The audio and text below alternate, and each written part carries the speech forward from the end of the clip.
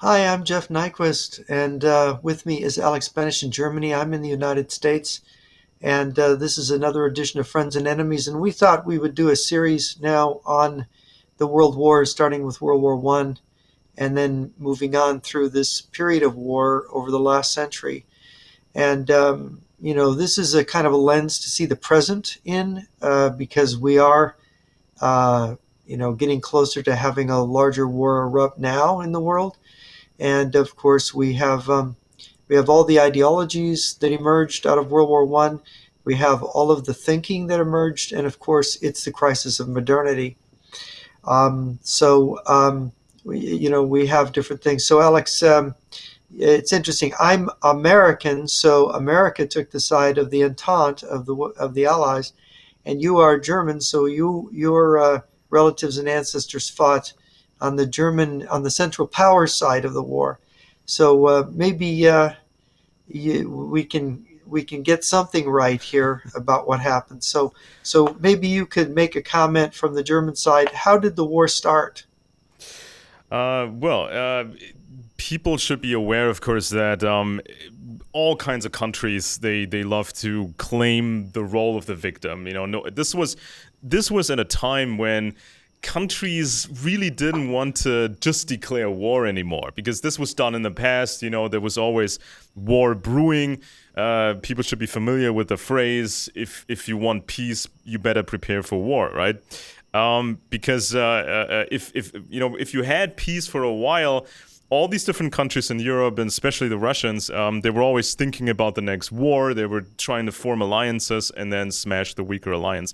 So this is just the game. And by the time World War One came around, technology had advanced, armies became much bigger than in the past, and also countries didn't just want to declare war. They wanted to create a situation where they had a pretext and then they would make these diplomatic demands that were impossible for some other country to fulfill. And then they would say you have to fulfill these conditions, and if you don't fulfill them, then we mobilize our troops. And once one of these bigger players mobilizes the troops, everybody has to mobilize the troops. So this is just, I think, the background because me being German, and if you look into the photo albums from your ancestors, you see a lot of people in uniforms, and you still have letters, and you still have all these stories about what they experienced. And so I just want everybody to be aware that I'm trying to be as objective as I possibly can, whether it's World War One or World War Two or any other war. Because all kinds of countries, they always want to play the victim, and they always want to have sort of a pretext. And I'm sure if the Germans at the time, or the German government at the time, if they had found an opportunity, if they had found an opportunity for war and they thought this was going to work, we're in the stronger alliance and we can deal with the consequences, we can deal with the losses. If there was or had been an opportunity, I'm sure the German government would have seized that opportunity. This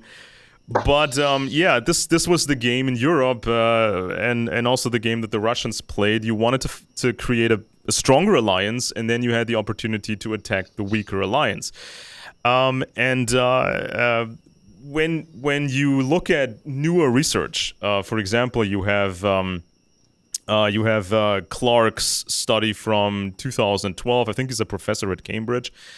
This Christopher was Clark? Christopher Clark, exactly. And so he came out with this book in 2012, and he basically says that the driving force behind the war was Russia, Tsarist Russia, not Germany.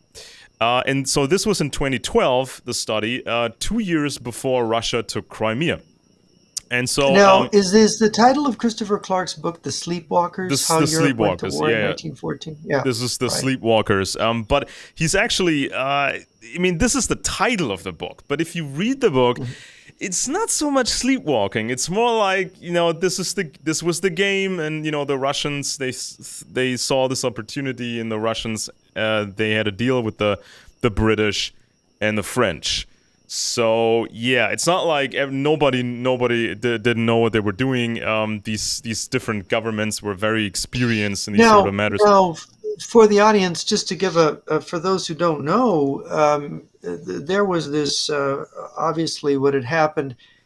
You had the Napoleonic Wars, which ended with Waterloo basically in 1815, about 100 years before World War One. And all the wars that happened between 1815 and 1914, they were pretty small wars, really. They didn't last all that long, or they didn't involve that many people, like the Crimean War, like the Franco-Prussian War, which was fairly brief compared to, briefer than the war in Ukraine already. And of course, they weren't wars that there were minor changes of borders, but they weren't changing the order of Europe. And of course, you had Metternich and Castlereagh at the end of the Napoleonic Wars. They kind of created a system in Europe where all the countries would get along and that there was a way to work things out. And one of the things that had happened in the Napoleonic Wars with the French Revolution, you had this idea of levy in masse. That is, an entire nation. You draft, hundreds of thousands, or later in World War One, millions of men, and put them in uniform, give them rudimentary military training, and you have mass armies, enormous armies, armies the size of which were never imagined before. So, for example, France under the Republic could just create these enormous armies that they could defeat Austria and Prussia and Russia. They could actually win all these battles because they were exploiting their manpower. The whole nation was getting involved in war, and this was one of the objections to Napoleon, is that when war became whole nations mobilized, the slaughter and the death and the disruption of society by war was much greater. This was the argument that Metternich made to Napoleon in 1813 when they met in Dresden. And he said, we just can't make war like this. We're killing the next generation, Metternich said to Napoleon. And Napoleon said, well, you weren't raised as a soldier. I grew up as in military camps and as a soldier. And, you talk like a civilian. But it was really Napoleon who didn't understand that society as a whole was being torn apart by these kind of wars. And this Napoleon system of mobilizing everybody, the Germans adopted it, the Austrians, the French, the British, everybody, well, the British later on, everybody ended up adopting the system in World War One, so that you had these enormous armies and this enormous slaughter, and then you had the new weapons, which in the American Civil War we got a little taste of.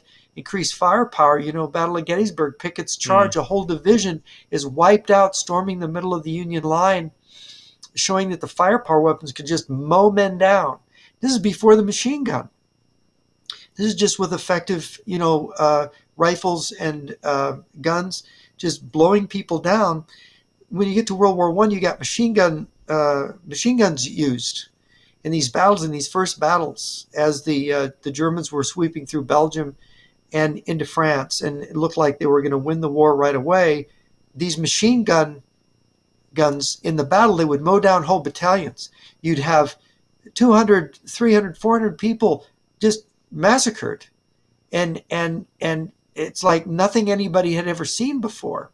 So I just wanted to preface that, this tremendous slaughter that was World War. But then in terms of how it started, because you had this idea of countries combining, because of the anger in France over losing the Franco-Prussian War in 1870, the French and then the Russians, having been hurt in the Russo-Japanese War at the beginning of the 20th century, these two countries wanted to, am I wrong, wanted to take advantage of any situation that arose in the Balkans to aggrandize themselves.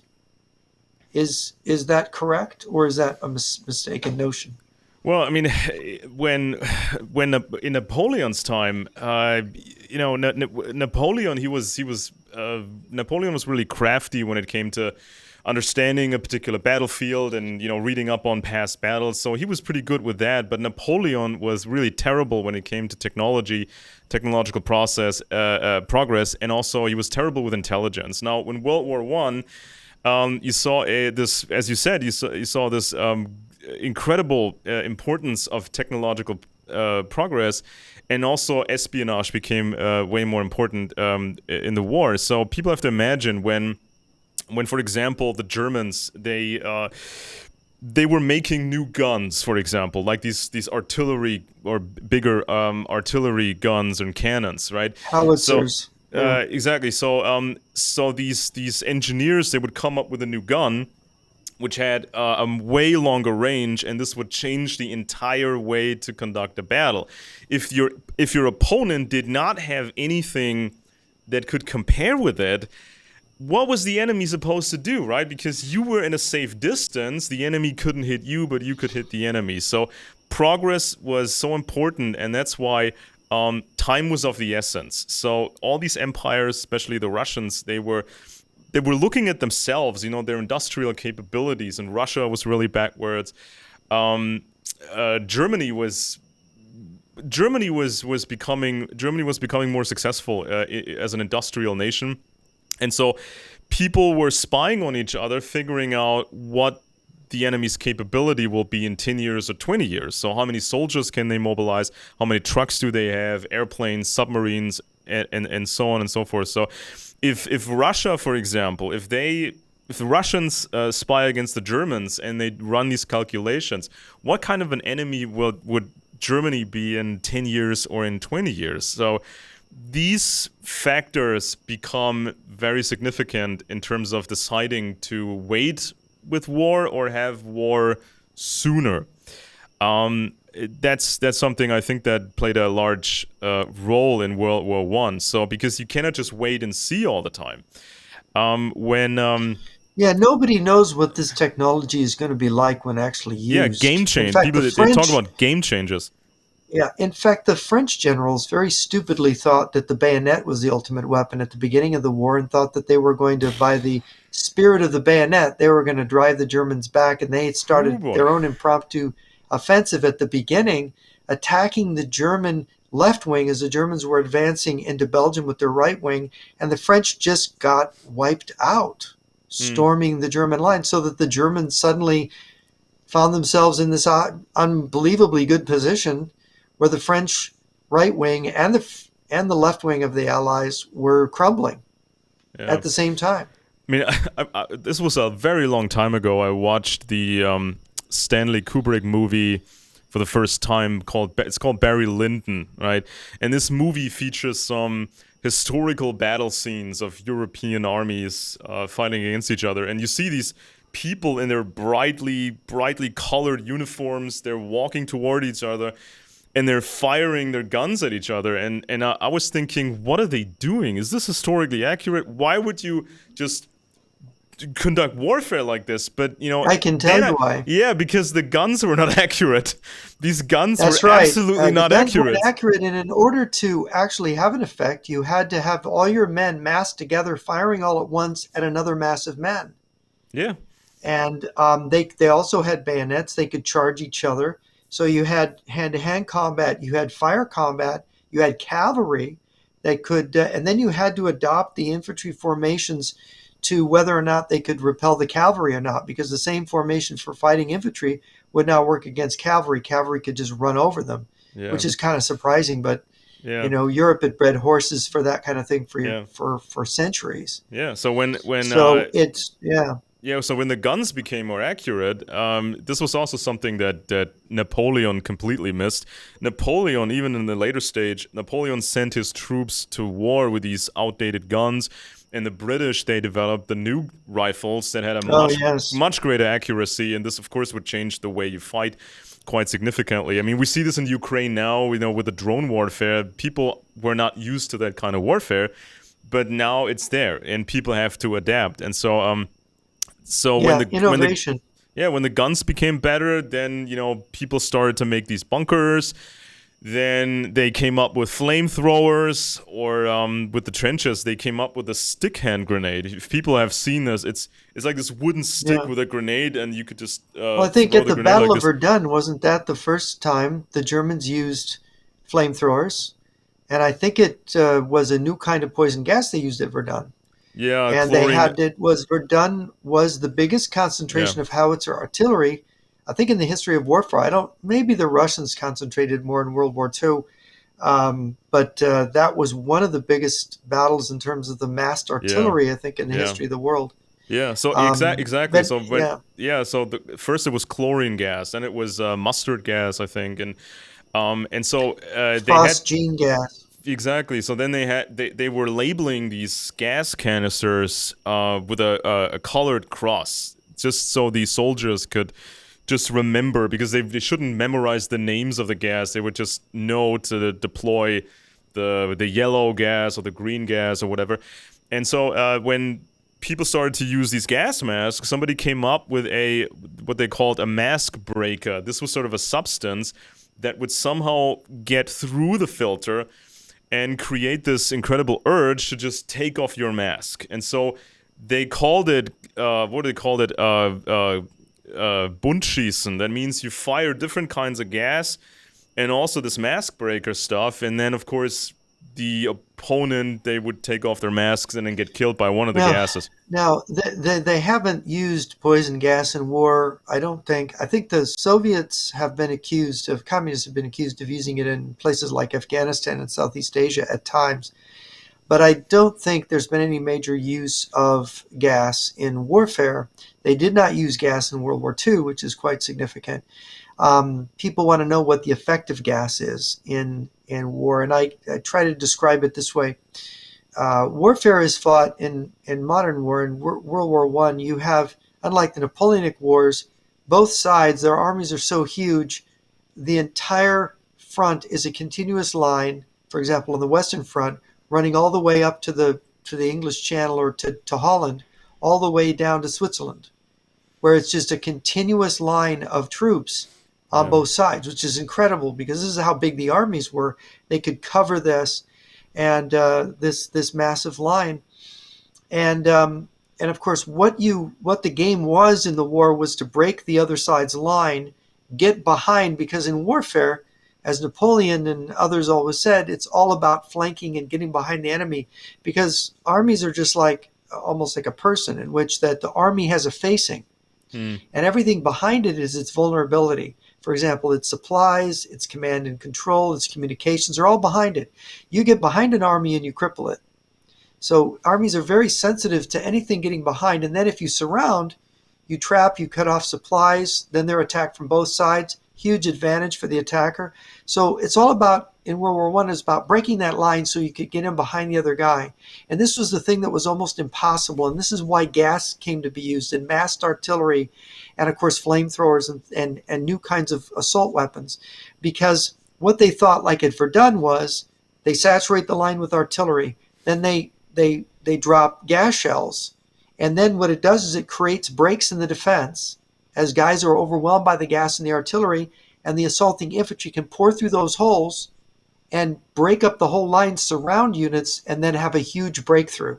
And this is why they used gas. This is why they used these terrible weapons. In fact, the British invented the tank.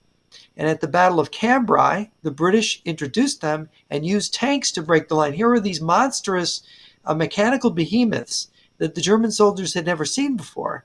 And they came through and they broke the line.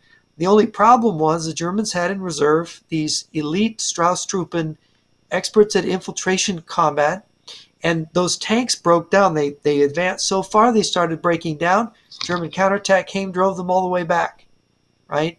So it was really not very decisive, but it was important in that that was the first tank battle, Yeah. and people got to see what they could do with them in real life. Yeah. So people This is can. all World War Yeah. One. So I don't think it was a coincidence that maybe roughly a year ago, uh, Netflix put out this movie, All Quiet on the Western Front. This was a very expensive production, and it won a bunch of awards. And people listening right now, they've probably seen it. So this is a movie where you can get sort of this a sense of the craziness of battle back then. And I don't think it's a coincidence that they would make this movie now during all this tension with the Russians and the threat of another world war. Yeah, some people, they think they don't have to read any books. They would just watch a movie like this, a Netflix movie. But there's a huge problem with this movie. The core messages are really outdated. So the movie basically says that, just like the novel it's based on, it says that Germany wanted this war. You know, they thought they could do it and they wanted to become the dominant empire. The German leadership really wanted this war, and then it all became a big disaster. That's the first message. And the other message that's more hidden in the movie is this, and it's a left-wing message. It basically says that nationalism caused the war, and toxic masculinity caused the war, and just the lack of socialism caused this war. So, like, Germans are wild beasts that need to be tamed by socialism, and if you don't have socialism, total socialism, if you don't have that, Germans or other white men, they will just cause war and destruction. Now, if you compare, let's say, this Netflix movie, All Quiet on the Western Front, if you compare that with, say, Das Boot, the famous submarine movie that takes place in World War II, if you compare both, you can see a dramatic difference in the characters. Now, the characters in Das Boot are memorable. They're based on real people. And you sort of warm up to these characters. You know, they're in this crazy situation. They're just trying to stay alive. They're just trying to fight battle to battle. But in this Netflix movie, all these German characters are interchangeable. They're hideous and they're stupid. So they were easy to convince to get into this war. That makes Germans so dangerous. This is basically what the message says. But this is not modern historical research. Like, for example, Christopher Clark's book from 2012 makes it pretty clear that Germany was not in a strong alliance. You know, they had the Austrians, for example, but this was not a strong alliance, so there was not much interest in having a war. Well, let's talk about Christopher Clark, and let's talk about the revisionist, the standard history, and then you got revisionists who, this guy later became a Holocaust denier, but he did some interesting work that caught people's attention. Harry Elmer Barnes, Oh, that and guy. this is his book. People ask me about this, The Genesis of the World War, and basically Barnes was paid by the German Foreign Ministry. He was sort of a paid agent of the Germans. So this actually is more or less what the German point of view, the German Foreign Ministry point of view about how the war started. And I'm going to ask you about how accurate that was and where they fudged the truth. And just to give a basic outline to people, you had in the diplomatic history evolving out of the post-Napoleonic period, you had various shifts back and forth, but you ended up with an unusual situation in that historically, France and Britain had always been enemies, and the English had been allied with the Germans, particularly the Protestant German countries. Prussia was England's great ally in the 7 Years' War, Frederick the Great, which was really the first true world war we touched on last week, I think. And of course, the British kings were German. George the First, George the Second, George the Third. They came out of Germany, that family. So this was the alliance, and it was sort of natural for the Protestant countries to be together, and it was natural, and this was something that really worked for Great Britain and made the British Empire what it was. And of course, the French were always competing with the British, going back into the Middle Ages with the 100 Years' War. And the British almost took France out as a country, except for if it wasn't for Joan of Arc, there might not be a France today. So that is so what you had is, though, that suddenly Britain and France are starting to form an alliance with Russia, with France cozying up to Russia and helping Russia build its railroad so it can mobilize its vast population into war. And so you had this big investment into Russia. And whereas earlier, Bismarck had said to the Kaiser, you have to be allied with Russia. Russia must be close to Germany at all times. Kaiser Wilhelm II came in, got rid of Bismarck, and said, no, no, I like other Germans. I want to be Mm. allied with Austria-Hungary, right? And because that's a German-ruled empire, and we're Germans, and that alienated Russia because there was competition between Russia and Austria-Hungary in the Balkans, and the Germans had, the Austro-Hungarians were involved in the Balkans, had interests there, and the Russians did too, with all the Slavic interests in the Balkans.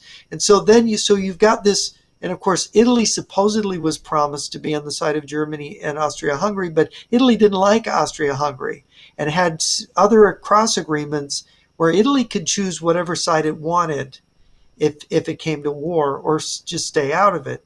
So you had these two alliance groups. They called Germany and Austria-Hungary the Central Powers, and of course you had Turkey off to one side, the Ottoman Empire, and you had Britain, France, France was a republic then, so you could call them democracies, and you had Russia, and so you had the Central Powers and I guess the Entente, the outer powers.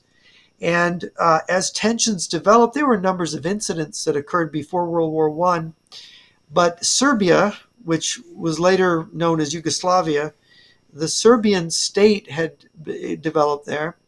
And you can tell me if this is true, but that the heir to the throne of Austria-Hungary, Francis Ferdinand and his wife, went to Sarajevo on a visit Hmm. to show themselves. And there was this group of people plotting to assassinate him, to kill him. And according to this German version, the Black Hand, this terrorist organization, was basically an arm of Serbian intelligence, and that it was an actual Serbian intelligence operation to kill the heir to the throne of Austria-Hungary. Is there any truth to that? Has that ever been truly verified? That has been established by now. I mean, it's like this. Christopher Clark. He's basically doing this puzzle work, because a lot of the files that were public, a lot of these files have been looked through again and again and again by historians. But the more you know these files, the more you understand what's missing in those files. And so um, Clark and others, they have sort of reconstructed what used to be very, very secret. And so they came up with this. The Russians. The Russians had their alliance with Britain and France. And so in the next step, the Russians contacted the Serbs and told them, we have a proposition for you that you cannot really refuse. We're going to help you have a big, strong Serbian empire. Now, in order to get that, you have to do something for us, which is, the assassination against the royal family of Austria-Hungary. Now, this provocation has to result in a mobilization of the Austrian army. Because once the Austrians mobilize, we, the Russians, can mobilize and get the ball rolling. And also the Germans will have to be involved. Of course, the Germans will have to act on the side of the Austrians. So this And has the been... French wanted this too because the Yeah, French had lost Alsace and Lorraine in the yeah. Franco-Prussian War, and they wanted those provinces back. Exactly. So this has been established, and it's a bit of an irony that Mr. Clark uses in his book, because on the one hand he says, well, it's not like a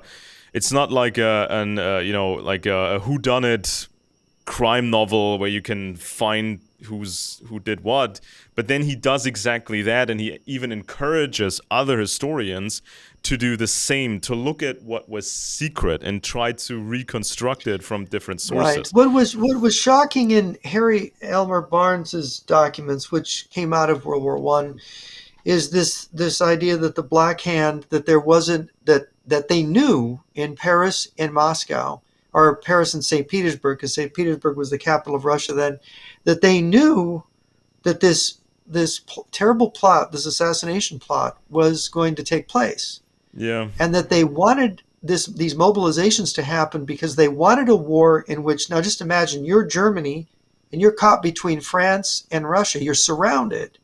Remember, that's sort of a basic thing that you don't want. And they wanted England. The French had worked very hard to draw England into this alliance. And so then they would have the they'd have them completely surrounded. And the other thing the Germans didn't know is they'd been wooing the Italians all this time. Hmm.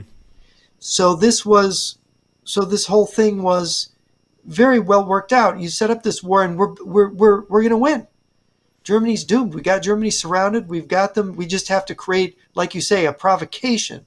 Okay, now that is Barnes's sort of version, and I'm kind of cutting corners here. Now, what actually happened was the assassination plot initially on that day, early on that day, it miscarried when they threw a bomb at the Archduke's car, and it bounced off and it injured people in another car. And basically he went to the place he was going and he said, "What is this the way you greet foreign visitors, or you greet a prince?" But then what happened is he wanted to go to the hospital to see the people who were injured by the bomb. And they got lost in a side street and they ran into the assassins on the side street, right? Yeah. And they thought, "Oh my gosh, there he is, our target. We thought we'd failed." And so they just shot him and his wife, right? Am I remembering this correctly?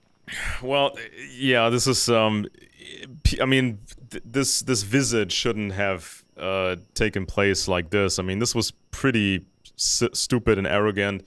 And To not go very there, good security, right? yeah, exactly. Because I mean, the Serbs. I mean, they had all kinds of problems, and France was helping the Serbs. At some point, France owned more than three quarters of the Serbian government debt.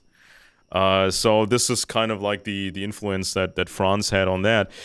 And So France was heavily invested in Serbia as well as Russia. exactly. And so the Russian diplomat Baron Nikolaus Hartwig, so he got his orders from Tsar Nikolaus II,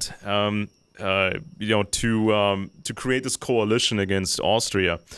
And so the Baron had contacts with the Serbian Prime Minister Nikola Pasic. And so the Serbs had these different secret societies, just baseline intelligence outfits, baseline intelligence groups. And these secret groups, they had the goal of creating a Serbian empire, a proper Serbian empire. And to have that, they of course needed the help of France and the help of Russia, because many Serbs, they couldn't even read and write. It was fairly backwards. And there were so many groups in the Balkans that hated each other, the Muslims on the Balkans and other groups, and they all hated each other. So this one secret organization was you could translate the name to Unity or Death. Right, they had different names, different times, so this group, for example, they also had some occultism going on. It was very Masonic, and they had these oaths of loyalty and all that sort of stuff. So there was no central membership register. It was individual cells, and nobody was supposed to know the entire structure. So it's impossible to reconstruct how many members actually existed, but these organizations... And this was connected to the Serbian intelligence service. Yeah, exactly. So this organization infiltrated everything in the Serbian society, and there was a lot of chatter. So many people didn't follow the oaths of silence too well. So operational security was flawed at times, and so there was a connection to the group Young Bosnia, and they had attempted an assassination in 1910. This was supposed to hit the Austrian governor in Bosnia. There were 7 more important incidents and more than a dozen failed incidents of important assassinations. So when this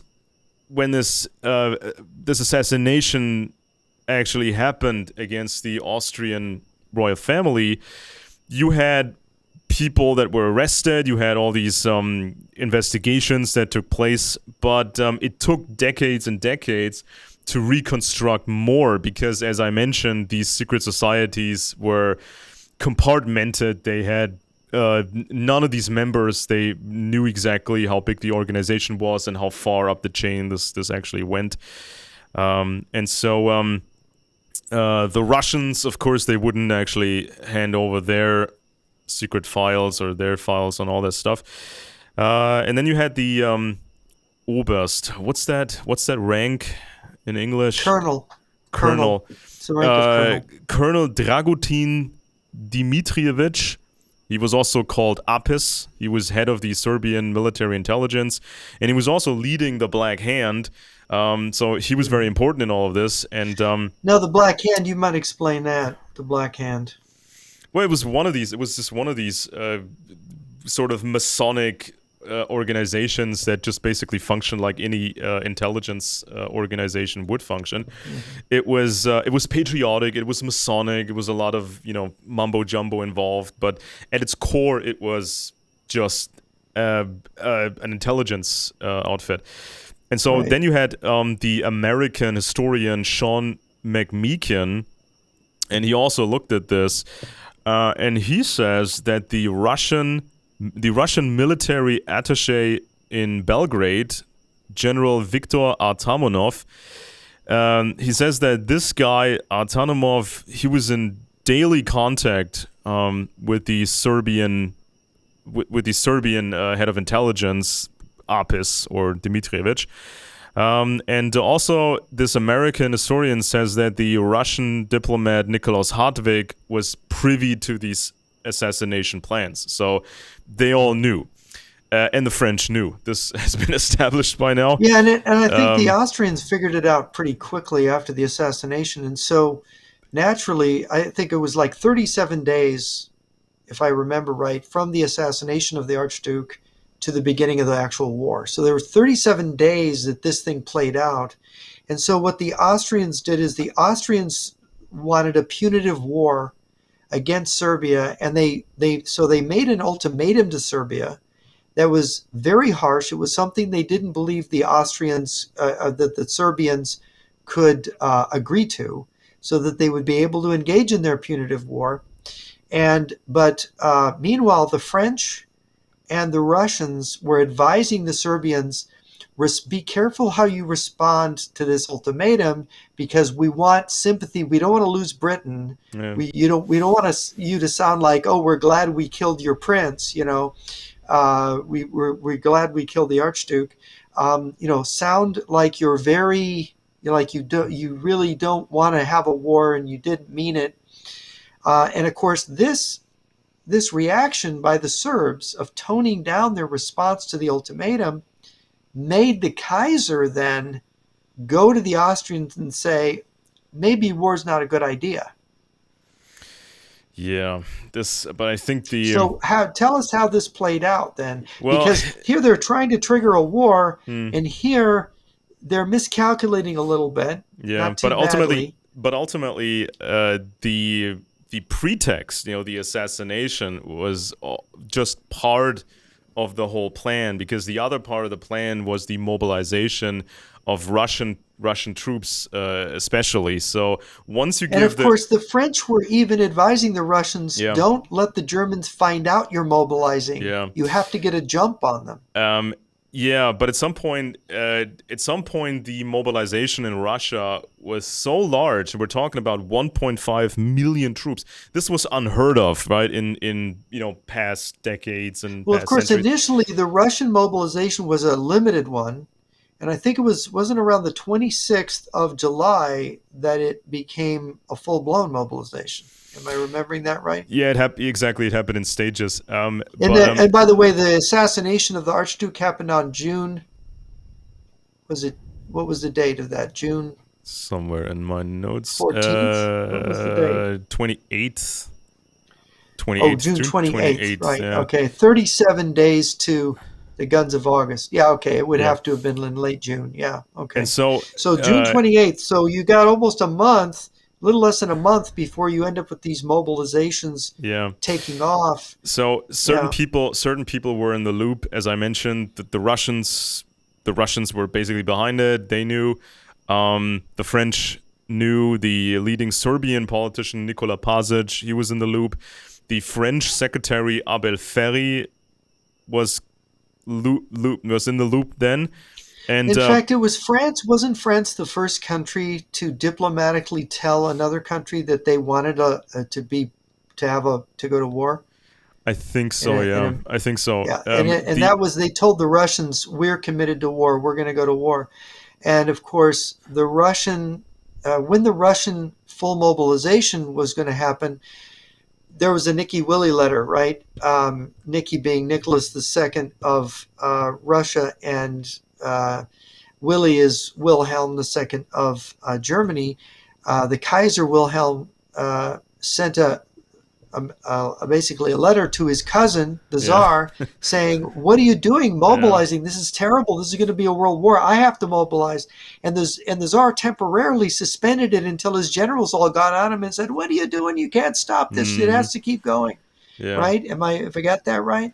Right. That's it. Mr. Pasic, he got the message from Charles Harding, the Secretary of Britain for foreign matters, and the message was that Serbia would only get help from Britain and Russia if Austria actually attacks the Serbs. So And actually, I think wasn't it the Prime Minister of Great Britain tried to intervene in the peace talks between Serbia and there was Austria, some if I yeah there was recall correctly. very chaotic communications, and of course these accusations went back and forth, especially the German Kaiser became paranoid. At some point he thought they're all conspiring against me. They're just stalling for time. So it was just nobody believed anything anymore at this point. um but So you as have these Chris. mobilizations. So once Russia was mobilizing and it wasn't going to stop, the Germans knew they had to mobilize. The French had committed to the Russians, so they were mobilizing. So the main question at this point became, what was Britain going to do, Yeah. right?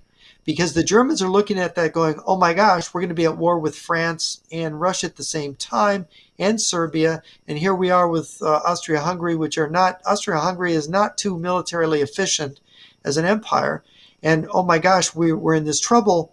So am I correct in recalling that the Germans went to the British Mm-hmm. and said, look, we will guarantee Belgium. We won't invade France. We'll Mm-hmm. just defend and we'll just fight Russia. If you stay out of the war, there won't be a second Franco-Prussian war. We won't invade France. We're just going to defend in our border if you stay out, if you promise to stay out.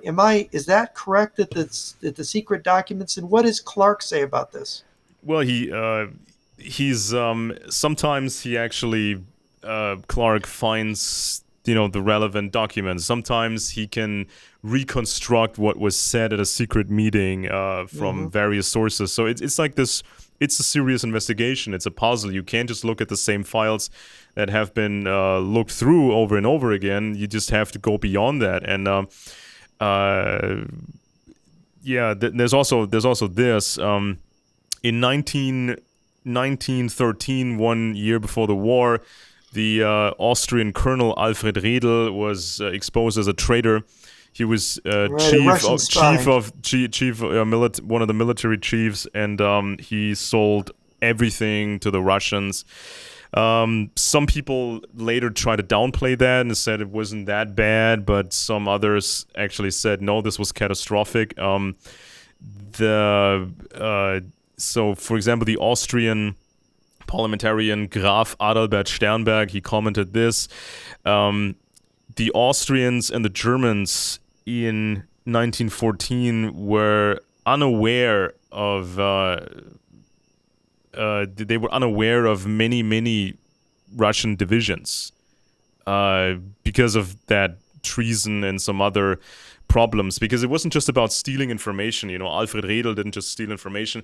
the Russians would also get false information to Austria and and spread that feed them around. to make them think their army was smaller. Is Exactly. that it? Uh, Yeah. exactly. And so there was a whole spy ring actually, and that's also been covered, I think, by in Clark's book, or maybe there was another book.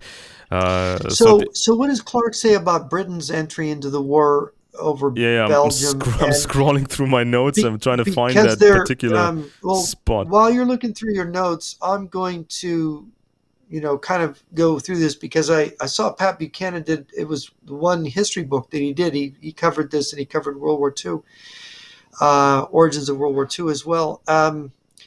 The Belgium was this neutral country that had this ancient treaty with the British that Britain would defend Belgium if it got invaded. And Belgium is kind of it's not like a real country. It's kind of an artificial country. It had been part of France under Napoleon. And of course, the Battle of Waterloo is in what is today Belgium. And of course, to explain the way the Germans thought, the Germans knew for many years that there could be this two-fronted war. That what happens if the French and the Russians get together? So they had thought about it for many years. And the great soldier that was the partner of Otto von Bismarck, the great chancellor who unified Germany, was the elder Moltke, the German general that was, and I think one of my theories is that every generation of Europeans in Western civilization is getting a little more foolish than the generation before, because you see there's this wisdom when you go back and get people like Castlereagh and the Duke of Wellington and Metternich and so on. But then the statesmen and the generals become a little more crazy, a little more off kilter. But Moltke the Elder was very wise in that he said, if Germany ever confronts a two-fronted war, we need to just defend against France and whoever's with them in the West, and we need to go all out to knock Russia out of the war right away. And that was von Moltke's thesis about how Germany should handle it. So this is why the Kaiser offered Britain, stay out of the war and we'll just defend, because they were going to then use the elder Moltke's plan. And by the way, the younger Moltke was the chief of the German general staff at the beginning of this war. Yeah. And there was this German general, Schlieffen, who Schlieffen. that had this plan. And Schlieffen was kind of a strange genius. He'd go on vacation and he'd calculate how many minutes it would take for troops to cross a river or to get through some woods or something. He was always had this in his mind. He was just this, but he had this genius. He had developed this plan that if his plan was different than the plan that Moltke had. And he said, if Germany ever gets in this two-front war situation, defend again. Russia's so slow, so poor at organizing. They won't be able to get their act together. If we concentrate everything and we go through neutral Belgium with this giant fist with this giant fist and just sweep through the flank into France's rear, because, the man, I think Schlieffen said, the man on the far right wing, his sleeve will brush the English Channel, right? And if you look at a map of Europe, you've got France and Belgium's in the north, and you just sweep through the north and you come into France's rear and you come in behind Paris. And you just envelop. It's like a single envelopment plan, to get behind. And you just punch through. And he said, you need every single corps in my plan.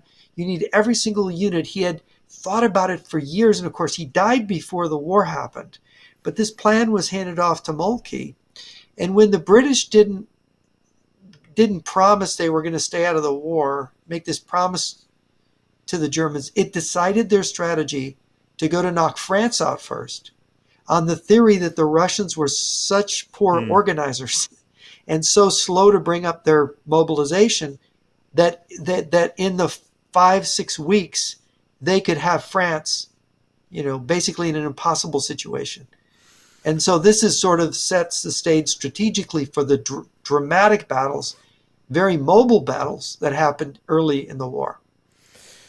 Correct. The spy Benno Alexandrovich von Siebert in the Russian embassy in London, he was handing information, giving information to the Germans about the Russian efforts, the mobilization and the technology they were using. And Raymond Poincaré from the French, he went to Russia for important meeting, further coordination, and the protocols of that meeting they have disappeared.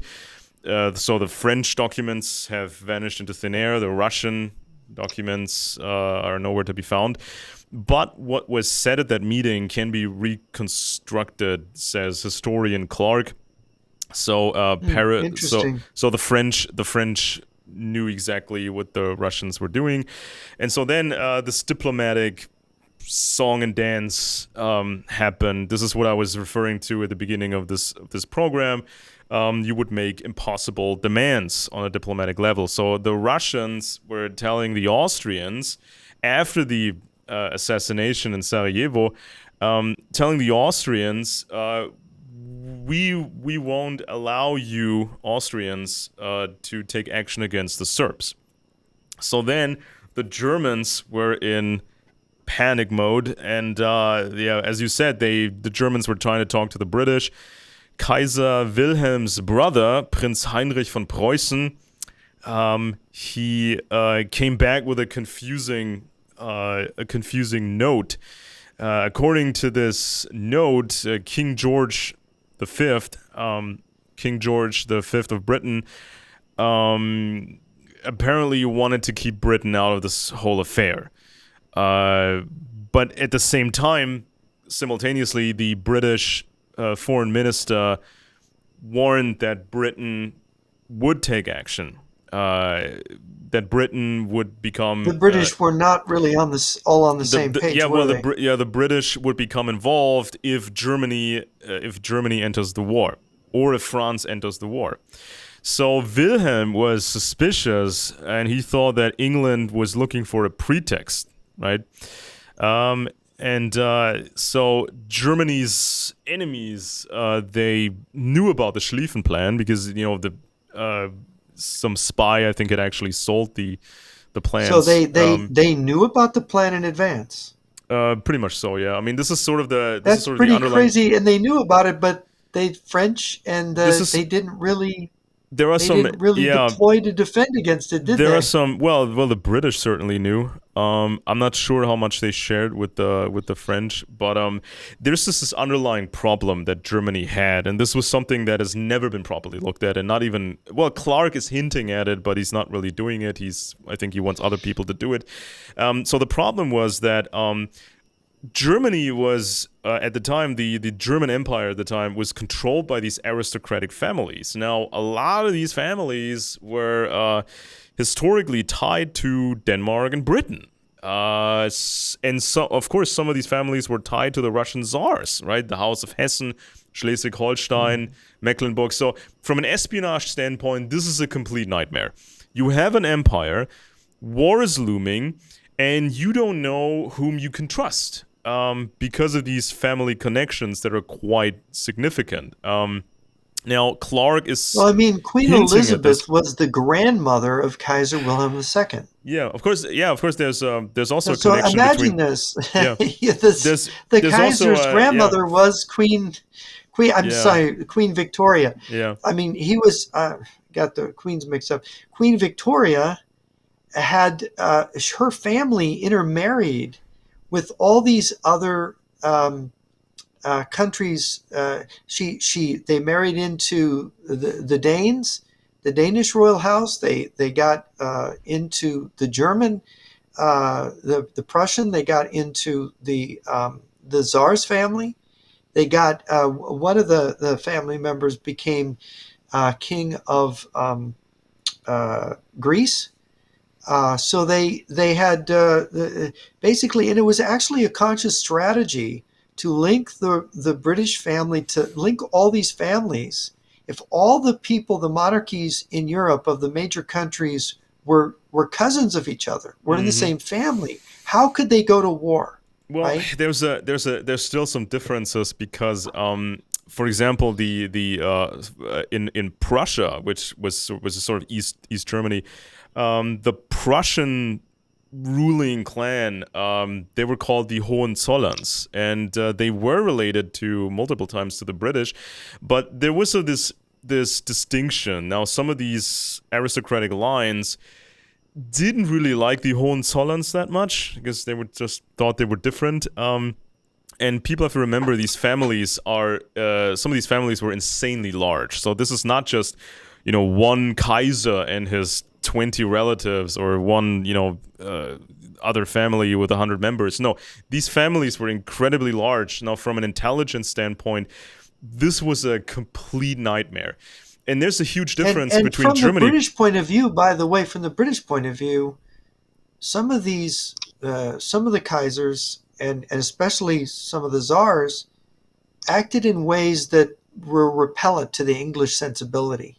Yeah, yeah, and there's a huge difference if you look at if you compare Britain at the time to Germany.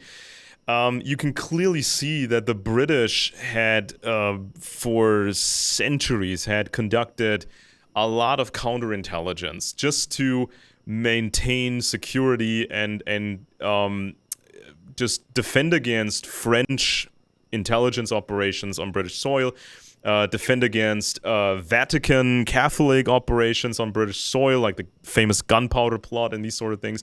But there were many, many more incidents of an intelligence war between, for example, the Brits and the French. And so the British Empire, they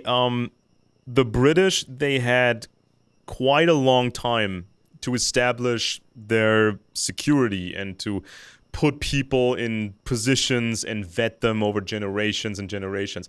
Now, compare this to Germany. The German Empire, quote unquote, only happened in 1871. And this was Right. and before that, it was just a clutter of various bits and pieces. Some of them were actually enemies, some were aligned. So there was none of that what the British had. This was just And chaos. you had two larger powers in the German world. You had Austria and you had Prussia, Yeah. and that there was always a question of who was going to unite them. But it was basically Prussia through the Franco-Prussian War that united Germany. Yeah. And And so it was all the fault of Napoleon yeah, III. He's the I one mean, that you the can big blame him. irony, yeah, I mean, the big irony to me is this. Now, all of these European powers, and also Tsarist Russia, they always wanted to be the new Rome. They always wanted to be the successor of the Roman Empire. They all had the same kind of methods, and they all had the same kind of buildings, and they all had some sort of Freemasonry and all that stuff. They were so similar in many ways, and had they all actually formed a union at the time, they could have run the world, by the way, just so people understand that. So yeah, so Well, this they was, basically did. well, They basically some did. of I them, mean, you look at yeah. European colonialism and the real um, globalism of the 19th century. All of these countries, as long as they got along, they owned yeah, the whole world, basically. yeah, exactly. So, Except for Japan and Siam, and I think yeah, they just about took everything. and so They were in China. this this intelligence problem that Germany had. This was very pronounced in World War I, and also the German encryption was broken because they still use these substitution ciphers where you just replace letters with some other characters, and you have a certain pattern to scramble text and unscramble text. So they were still using these substitution ciphers, which can be attacked with linguistic attacks and mathematical attacks. And all these problems, these intelligence problems, they all carried over to the Second World War, which we will cover next week, when the German encryption machine was broken, the Enigma, and there's an even bigger story. There's a much bigger story behind that than people actually know.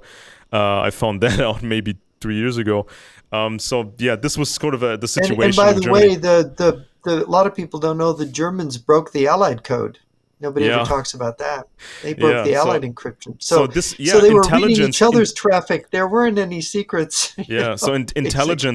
intelligence became so important for warfare, and also by that time you had radio signals, you had telephone lines, you had all the stuff that wasn't there 100 years before. So Napoleon didn't have telephones, and Napoleons didn't have radio transmissions, and So yeah, this was the situation that the Germans were facing. So then came right. So the Germans started to mobilize. Then the British were sending these messages that were very confusing, talking about a potential deal that could be reached, but then came the threat: Germany must not violate the Belgium, the Belgian Belgian neutrality. So neutrality, yeah. once German troops go through Belgium, then Britain has to get involved. But And of course, even then, there was quite a bit and of a Belgium is debate tiny. Just so people understand, Belgium is yeah, really Belgium's tiny. tiny. What's interesting is that the Kaiser didn't believe, because of the kind of economic relationship between Germany and Russia. I think the Kaiser just didn't believe his relatives in England would make war over Belgium. And of course, the British leadership, they had sympathizers with Germany at the time, people who didn't want to go to war with Germany. But when the debate was played out in Parliament, the liberal strain in British politics, and I think it's mainly which really didn't like the German monarchy, they prevailed in the debate, and the decision was to go to war on the basis of this old promise to defend Belgium. And the Germans really made a mistake. They should have gone with von Moltke's plan. Even if the British didn't promise to remain neutral, they should have just defended in the West, because it might have tipped the scales. Britain may not have been able to go to war against Germany because, remember, the British don't like the French that much. And the Yeah. idea of going to war against Germany wasn't really that popular, even though there were people pushing for it. The Francophiles, remember that the king before George V, Edward, was a Francophile. He loved Paris. He loved the French, but he wasn't king anymore. So it's important to understand it might have been different, but nobody knows. It's one of Yeah. the what ifs. And of course, unfortunately, and I think it was a mistake, the Germans went for the Schlieffen Plan. Yeah. Of course, it wouldn't have been a mistake if the plan had worked, right? Because they would have won the war right then, hands down. Um, But they went for it. And that created a very dramatic series of battles in which, indeed, the Germans swept through Belgium, got past the Belgian forts, fought their way through, and came in behind the French. And the French were like, the position, some of the generals were saying, this is hopeless, we're doomed. mm, And the British were marching away. The British expeditionary forces that had landed were too small. They were trying to come in to march around, and the French were in total disarray, retreating. But both sides were marching. I mean, the Germans were, I think, one of the divisions marched for 5 days without any sleep, if you can imagine that. The men were just zombies because um, remember, it was all about speed, and they yeah. didn't have tanks or vehicles. It was Yeah. men's feet and wagons, pulling supplies. Mm, And then you had what was later called the Miracle of the Marne. The British arrived at the right moment, and the Germans. Now, why this happened, this is an interesting story. The Russians had mobilized in the east, meanwhile, and were invading East Prussia. And it was a little bit quicker than the Germans were ready. And there was these estates of these wealthy Germans in Prussia. Their women were complaining to their husbands and to the Kaiser at parties in Berlin. And guess what? There was this pressure then on the younger Moltke to take a corps from the right wing coming in behind Paris and rail it to Prussia as emergency reinforcements to stop the Russians. And if he hadn't done that, a lot of military experts think the Germans would have won, yeah. because they didn't have that corps. They lost the battle, and they lost the war. So, it's so fairly early in the war, uh, the front line was about 700 kilometers long. So this was from the North Sea down to the Swiss border. This was a very static front, of course. And in November of 1914, that's the first year of the war, Moltke's successor, Falkenhayn, He Yeah, was because Moltke got sacked. He got pushed out yeah. because he'd He also I failed. mean Moltke. He also he had a nervous breakdown when he just saw how this was going. And so Yeah. Moltke's successor, Mr. Falkenhayn, he told the Reichskanzler Bethmann Hollweg, that's a suspicious guy, by the way, with very suspicious connections. He was the Um, foreign minister, right? yeah, Bethmann Hollweg. Yeah. Yeah, he was. He had connections to Denmark, and so the Danish, the royal family of Denmark. That's the same family as the British throne and the Russian throne. And so Bethmann Hollweg, he was trying to solve this, diplomatically, but uh, Bethmann Hollweg was surrounded by certain families that became important in World War II. Later, I'm going to talk about this next week, because some of these families, they actually ran, as far as we can tell, probably the most damaging spy in World War II, Martin Bormann. But that's for another day. So very, very shady characters. You don't know where the loyalties are most of the times. So Falkenhayn says to Reichskanzler Bethmann Hollweg, "We cannot win this thing. It's impossible." And then something really stupid happened. The German U-boat U-20, sank the British ship, the Lusitania, with over 200 U.S. American citizens on board. Now, this was Now, incredibly is it true stupid. that ship was carrying ammunition? Is that true? I don't exactly remember that. What I do remember is something that I think we talked about when we had a show about occultism, because there's this whole backstory with Aleister Crowley and these German occultist groups, and they all try to infiltrate each other. And this was And tied to Crowley a was a spy for British intelligence, wasn't exactly, he? and so yeah, exactly. Crowley Yeah. was a spy, and so this British spy network, they kind of, as far as I remember, the British spy network, it kind of influenced the German leadership to sink the Lusitania, convincing them this was a good idea, but of course it was a stupid idea, and that was that. Uh, Well, let's talk about the blockade war for a second, which is another mistake that Germany made, where Germany could have won the war politically. And this is people don't realize this. When the war first started, and this is very useful in looking at Russia and the sort of mock embargo of Russia. I was just hearing a Polish diplomat saying that the Belarusian Polish border is open and Russian stuff is going back and forth between the EU and Russia through Belarus every day. So it's not really a very tight. The sanctions are evaded every day. And then, of course, you've got things coming through Kazakhstan. But in the case of World War One, we talk about the blockade, but people don't realize the first year of the war, the British blockade. The British had these agreements where they they would blockade Germany of munitions, which wasn't that significant. But then there was the question of foodstuffs and going to neutral countries, like through Scandinavia, for example, which would ultimately reach Germany. And the way the British initially read the international law was, I think it was a law that goes back to the 1850s, if I'm not mistaken. They had to let those neutral ships go.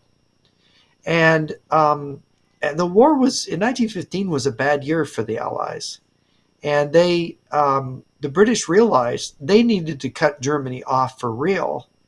And so then the British started to go after neutral shipping. Like, because if a ship's going to Sweden, if it's going to Norway, in the Baltic Sea, they could send that food through Sweden to Germany, which is what they were doing. So they weren't really cutting, if food from America was coming in. People don't realize this. The British sank 5 American merchantmen. hmm. I think it was 5. It might have been 6, and they really angered America because the British started going after neutrals, like they did, during the Napoleonic Wars, which really caused Britain to end up in a war with the United States in 1812. So Britain then, just like they blockaded Napoleon, they decided on this more draconian blockade on Germany. And you mentioned the submarines, and this is in 1915, and the Germans had a choice to use submarines then to retaliate on Great Britain with a blockade on Britain. And if Germany had not blockaded, not attacked neutral ships, because here the British had already done something massively unpopular, was alienating the United States, alienating the other neutrals. If Germany then, by going and doing the same thing to blockade Britain, was then alienating these other countries Hmm. and taking away, making what the British did not seem so bad, right? Because they're both doing it. I think this was, I mean, have you ever thought about this, or has anybody written about this, that they made this terrible mistake? I think it's generally accepted, isn't it, that the submarine warfare was a mistake? Well, it was not as advanced as in World War II at the time. But I mean, the industrial capabilities of Germany were limited. I mean, they at some point, I think before the war, I think Germany was on the same level as Britain, or maybe even beyond Britain at that point. But of course, Oh yeah, yeah. from the very first moment, even before the start of World War One, um, even before the start of the war, the German leadership was very well aware of the German production and the level of technology that was available. So it was not like a Netflix film will tell you that the Germans had this sense of megalomania. Hitler had a sense of megalomania. Hitler was detached from reality, but the earlier German German leadership, they understood reality. So they saw what they could do, and it was a limited menu of options that they had. Well, I should interject here is that typical of Western countries, typical of democracies, both Britain and France did not have adequate howitzer shell ammunition for the war.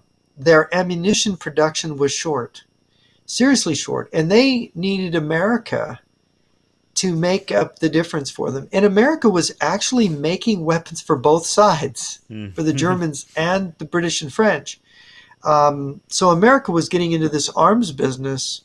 And of course, once the British stopped the flow of arms to Germany from the United States, um, you know, the Germans thought, because the Allies had such trouble with munitions supply for the French and British armies in France, that if they cut Britain off, the Western armies would fail in France, because for the same reason that the Russians are trying to exhaust the supply of ammunition of the Ukrainians now.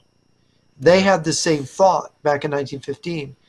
But I think that the attitude of the neutrals, especially the United States, because I think that what people don't realize is that without the United States, I think Britain and France were no match for Mm. Germany. Mm. Yeah. They I mean, really were no match. And the Russia was, then here's the other thing, Russia was much weaker than anyone. We haven't talked about the war in the East in World War One, because what happened at the Battle of Tannenberg, which is the first battle where the Russians invaded Germany from the East, um, General, uh, the, the German generals smashed, the Russians suffered a colossal defeat at Tannenberg. Colossal. It was a massive smackdown. And the Russians, they had not enough rifles for their men. They were, just as Russia now has not enough yeah. weapons, not adequate supply. The Russian supply lines were dismal. They had nothing was organized properly. They didn't have enough shells for their guns. And Yeah. worst of all, at Tannenberg, the Germans captured a lot of the Russian guns and weapons. People need to remember this now. On uh, Russia at the time was still very, very backwards. They had abandoned serfdom in 1861, so this was very, very late. And even then, the average people, the average citizens in Russia were not really free. They still had to pay money to these aristocrats in Russia. to live and to farm and everything, and had to pay all these taxes, and there was still these draconian laws. So Russia was still very, very backwards. Russia had to pawn basically everything that they had to finance the war production and finance the railways to get all this technology from France in order to be able to have a war against the Germans. So Russia, for example, they would say, we need this loan, and as a security for that loan, we'll pledge certain mines, copper mines, and that sort of thing. And so they would pawn and leverage anything and everything just to be able to get the ball rolling. And everybody underestimated the Americans. And we talked about this in one of the earlier shows that we did about the Gilded Age of American industrialization, and how these big conglomerates happened, the cartels and the trusts, steel and oil and rubber and anything. And so people always talk about the downsides of this era in America, because this industrial push, of course, was not pleasant for the average worker. It was not pleasant for the smaller businesses, but it created the foundation to have this production in World War I and later in World War II. Now, by the time World War II came around, and we'll talk about this next week, America was able to outproduce all the other participants in the war combined. They were making more stuff than everybody else. Except in artillery. The Russians made more artillery than everyone. And so, at some point, Kaiser Wilhelm was told to get lost by U.S. President Wilson. For a long time, America was playing it cool, like they didn't want to be involved and that much. And so at the time, Republicans were for involvement. General Leonard Wood, former President Theodore Roosevelt, Elihu Root, and Harry Stimson. And so they got together a bunch of bankers, industrialists, lawyers, and prominent families to make the case to get involved. At the time, the standing U.S. Army was just 100,000 men, plus the National Guard, which was another 112,000 men. It was very small. That was very small. These European armies are, the British were fielding 1 million, and the French were fielding millions more. So by that metric, the Germans had the advantage over the Americans by about 20-1. But of course, Americans, they could scale up the military and scale up the production in a way that the Germans could not. And there's also another factor, which is the British banking system, which was not invented by the Jews, by the way. This is sort of a false version of history. The fractional central banking system of the British, this was a very cleverly designed system, and it involved secret intelligence control that has never been properly reconstructed. So you needed the central bank, you needed the international bond market, where people could buy war bonds, and you also, especially in the entire British Empire, these war bonds could be sold. And also, you had these private merchant banks, or so-called private merchant banks, the Barclays and Lloyds and Barings and Rothschild. So all these different pieces, they worked together and made it possible for Britain to sustain the empire during the war. And the Germans... And to sustain its allies, by the way, because the British not only sustained with their money themselves, but their allies. Yeah, so there's some good books on this by Niall Ferguson, for example, The Ascent of Money, and others. So this is something that the British had, but the Germans had nothing like this. So the Germans, they couldn't sell war bonds everywhere, and they also didn't have that kind of an efficient banking system. Now, and of course, when we talk about World War I, some people may remember that 1913 ish, this is when America got its new central bank, the Federal Federal Reserve Reserve. Act. Yeah, The the Federal Federal Reserve, which Reserve. is also not a Jewish conspiracy, as has been said many times. Yeah, exactly right. Um, it's basically sort of based on the British banking system, and it's a broad effort that involves many different players, also industry. The Federal Reserve System is also tied to the industry of America, and this was also a very powerful system. That's that was very successful in different ways. So the Germans were at a large disadvantage because the Germans, they didn't have significant colonies. The Germans didn't have that kind of an international system, to get their money. Right. Of course, And the British Empire was maybe the biggest empire that's ever been yeah, at that exactly. point, And right? I mean, they what it was a quarter of the surface land area of the world yeah, was in the British Empire then. yeah, exactly. Yeah. So back in the day, the Democratic Party in America was saying we should not get involved in the war. And even before America officially entered the war, many American trucks were already used in the war by different countries. So these heavy trucks with four-wheel drive systems. Many of them were made by the Four-Wheel Drive Auto Company and made by Jeffrey Nash Quads. And these vehicles were used by Britain, France, and Russia. So, for example, 15,000 trucks were made by the Four-Wheel Drive Auto Company.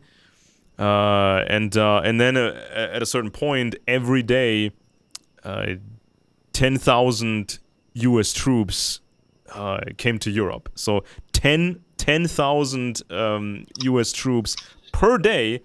So that was continued up to the summer of 1918. That's when round about 2 million U.S. soldiers had landed in France. Yeah, let's give people a clear idea of the timetable here. Um, the war is going badly for the Allies in 1915 and 1916. The war is the Allies. By the way, the British invaded Mesopotamia, what we now call Iraq. They were headed for this they were attacking the Turkish Empire because we haven't mentioned the Turks. Now, I'm not totally clear on this, but there were German warships anchored off Turkish harbors. The Germans had made the Berlin to Baghdad Railroad, which ran partly through Serbian territory, so they didn't control the whole length of the railroad. But Turkey was a country that Germany wanted in the war, and I think it was 2 German warships, am I remembering this right, actually were flagged as Turkish ships, and they attacked Russian harbors or bases in the Black Sea, and Russia responded by attacking Turkey, and Turkey declared war then and joined the Central Powers. Yeah, and Have I got ultimately, that right?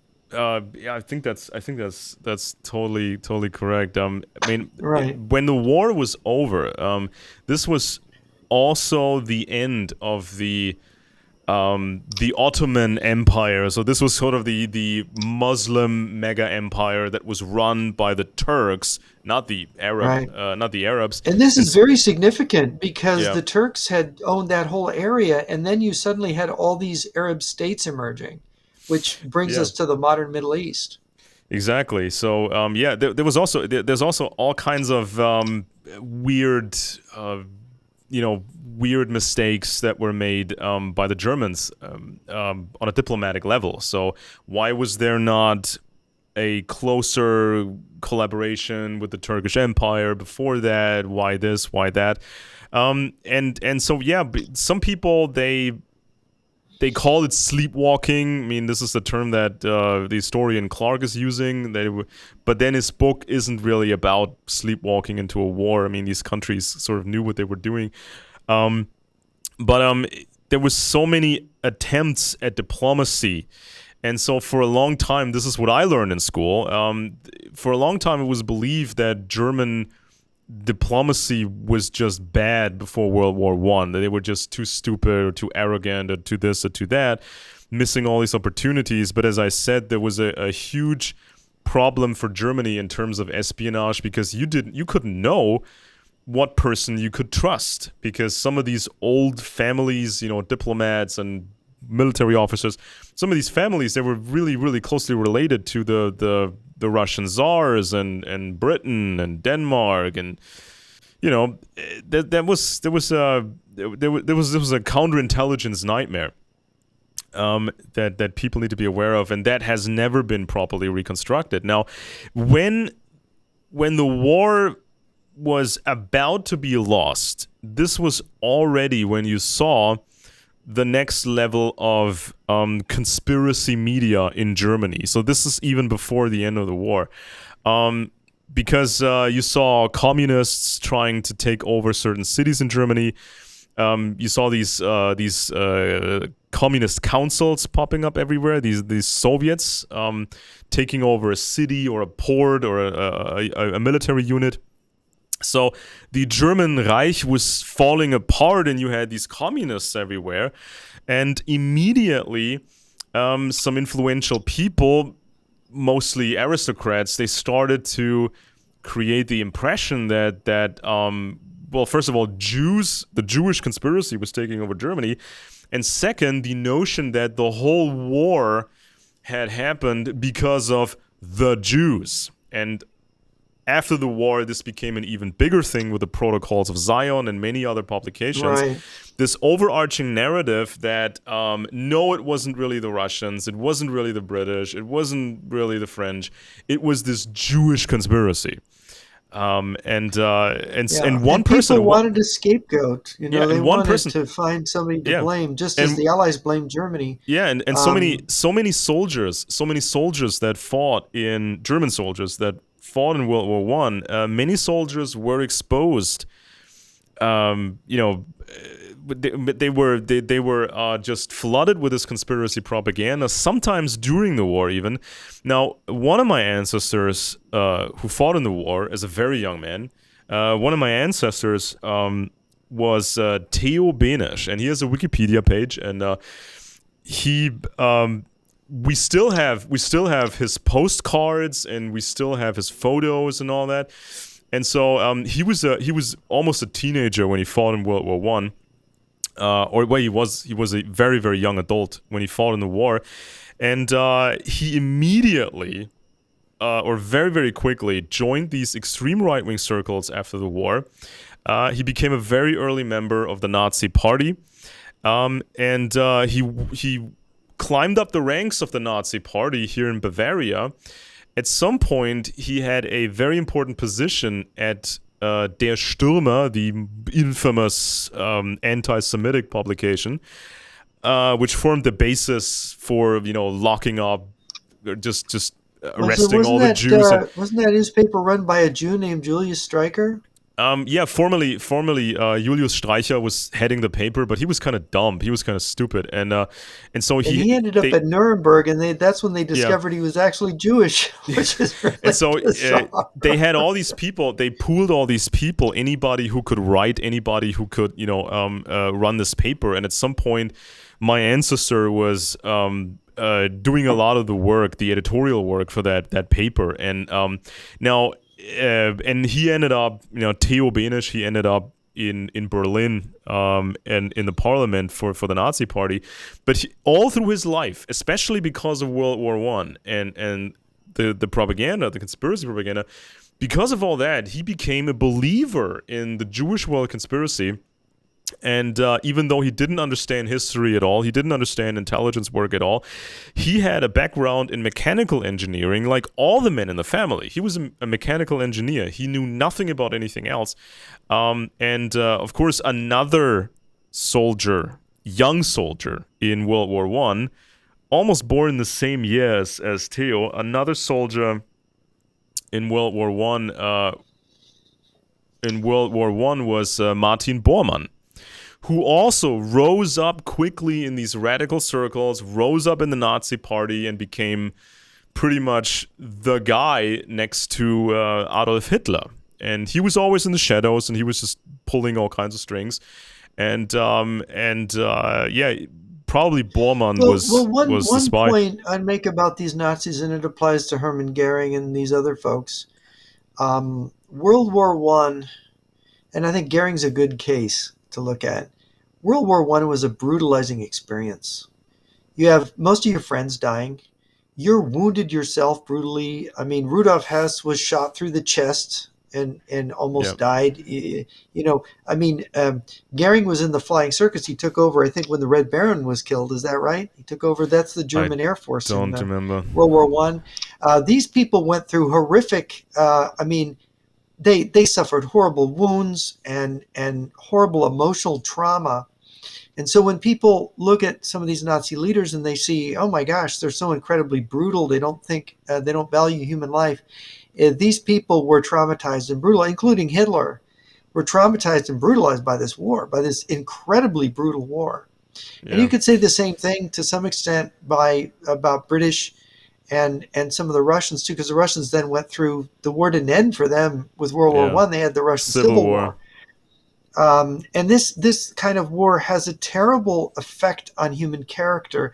There's the case where there are heroes, there are great people that emerge, and there's great stories about human compassion. I mean, there's stories about when the Germans, when some of these ill-conceived British and French offensives against the Germans, there was this one I just reviewed it this week, where the German machine gunners they mowed down almost 2,000 British in just a matter of 10 minutes, Yeah, 10, 15 minutes. It was horrible.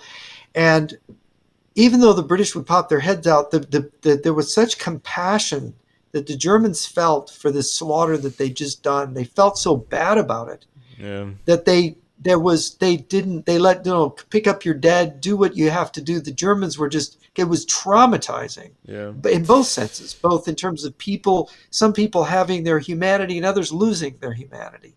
Um, so that's an important thing to interject Yeah, here in I mean, talking about the. Theo Benesch, my ancestor. I mean, he was reported he was cold as a refrigerator. Okay, I mean, I don't exactly know what his deal was, but my father grew up with him for a while when my father was very little, and that must have been really scary. I mean, as far as we can reconstruct, and as far as what my father was willing to say about that, Theo Benesch was a very scary man, and we still have this postcard where it's this photo on one side, and then he just writes a casual, half letter on the back side of it, and he's just calmly smoking a cigarette on the photo, and he's playing it off as if he's cool with the whole situation. But we looked at the files, and he fought in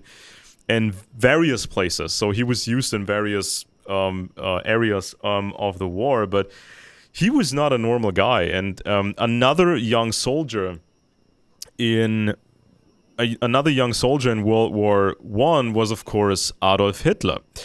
And we do have some fairly new studies that came out over the past few years, and I've read them, obviously. And so there's this German-British guy, I forgot his name, it's somewhere in my notes here, and he actually visited these archives here in Germany about, I think it was the List Regiment, and Yeah, that was Hitler's regiment. to Yes, a figure to Bavarian figure out regiment. to figure out what the reality was of Hitler's service in World War One, because when Hitler became a politician and he became a dictator, of course his history was falsified. He was always running around with this Iron Cross, the first, the highest variant of the Iron Cross, and he was always wearing that to appear as good or better as the generals that he was working with. Yeah, and all these people were paid off to tell this falsified story about Hitler's service in the war, and some people were bullied into, not saying certain things. And so, this historian, he actually went to these archives here, and he found these cluttered notes. So somebody just took all these files and just lumped them in a big pile. Nobody was really looking at this stuff, and he was very surprised by that. I mean, he knew that previous studies didn't really have that much detail, but when he saw the files and he saw this stuff actually exists, why has nobody properly looked at this? So he took this, he did this painstaking effort of, sorting them according to the dates, and he was looking at all of it, and now we have a much more accurate picture. And this was also extremely traumatizing for Hitler. He was probably already insane or mentally ill when he entered the war. But he was really, really changed when he came out of the war. Now, some people may actually remember he was due initially for a military, what was it called? The mandatory military service in Austria. The draft. He was due to be conscripted in the Austrian army. He was supposed to join the Austrian military for the mandatory term. But he avoided it. At some point, he was always draft dodging as best as he could. At some point, he went to Munich. He went to Germany, had an apartment there, and so eventually the Austrians tracked him down. They talked to him. They could have had him arrested, deported to Austria, put in prison. Then he would have had to enter the army, but they let him off. The Austrians actually let him off for unspecified reasons. Now, when he was confronted, he basically explained that he was now an orphan. He had no money. He was physically very weak. He was not capable of being a soldier. Blah blah blah. There's also a very, very, very strong possibility that Hitler was gay, and that he was known to Austrian police and also Bavarian, German police for that matter. So maybe the decision was made to not have Hitler serve in the Austrian military, maybe because he was gay. And there's also a possibility that Hitler was sort of snitching in gay circles in his early days. Maybe he knew things that if somebody important was compromised. Yeah, because I mentioned earlier in this show the treason of Colonel Alfred Redl in 1913, the military officer in Austria who sold all these Austrian secrets to the Russians.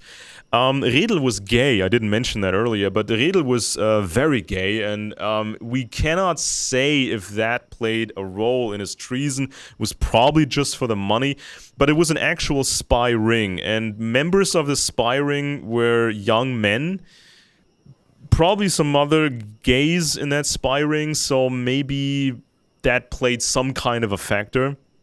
And there's also an interesting... Which is not uncommon in espionage, because traditionally the Cambridge Five, the espionage services in Europe like to use Jews and gay people in their espionage. And also it just goes back to the Middle Ages. Yeah, and also there's this one thing that's in the book by Lothar Machtan about Hitler.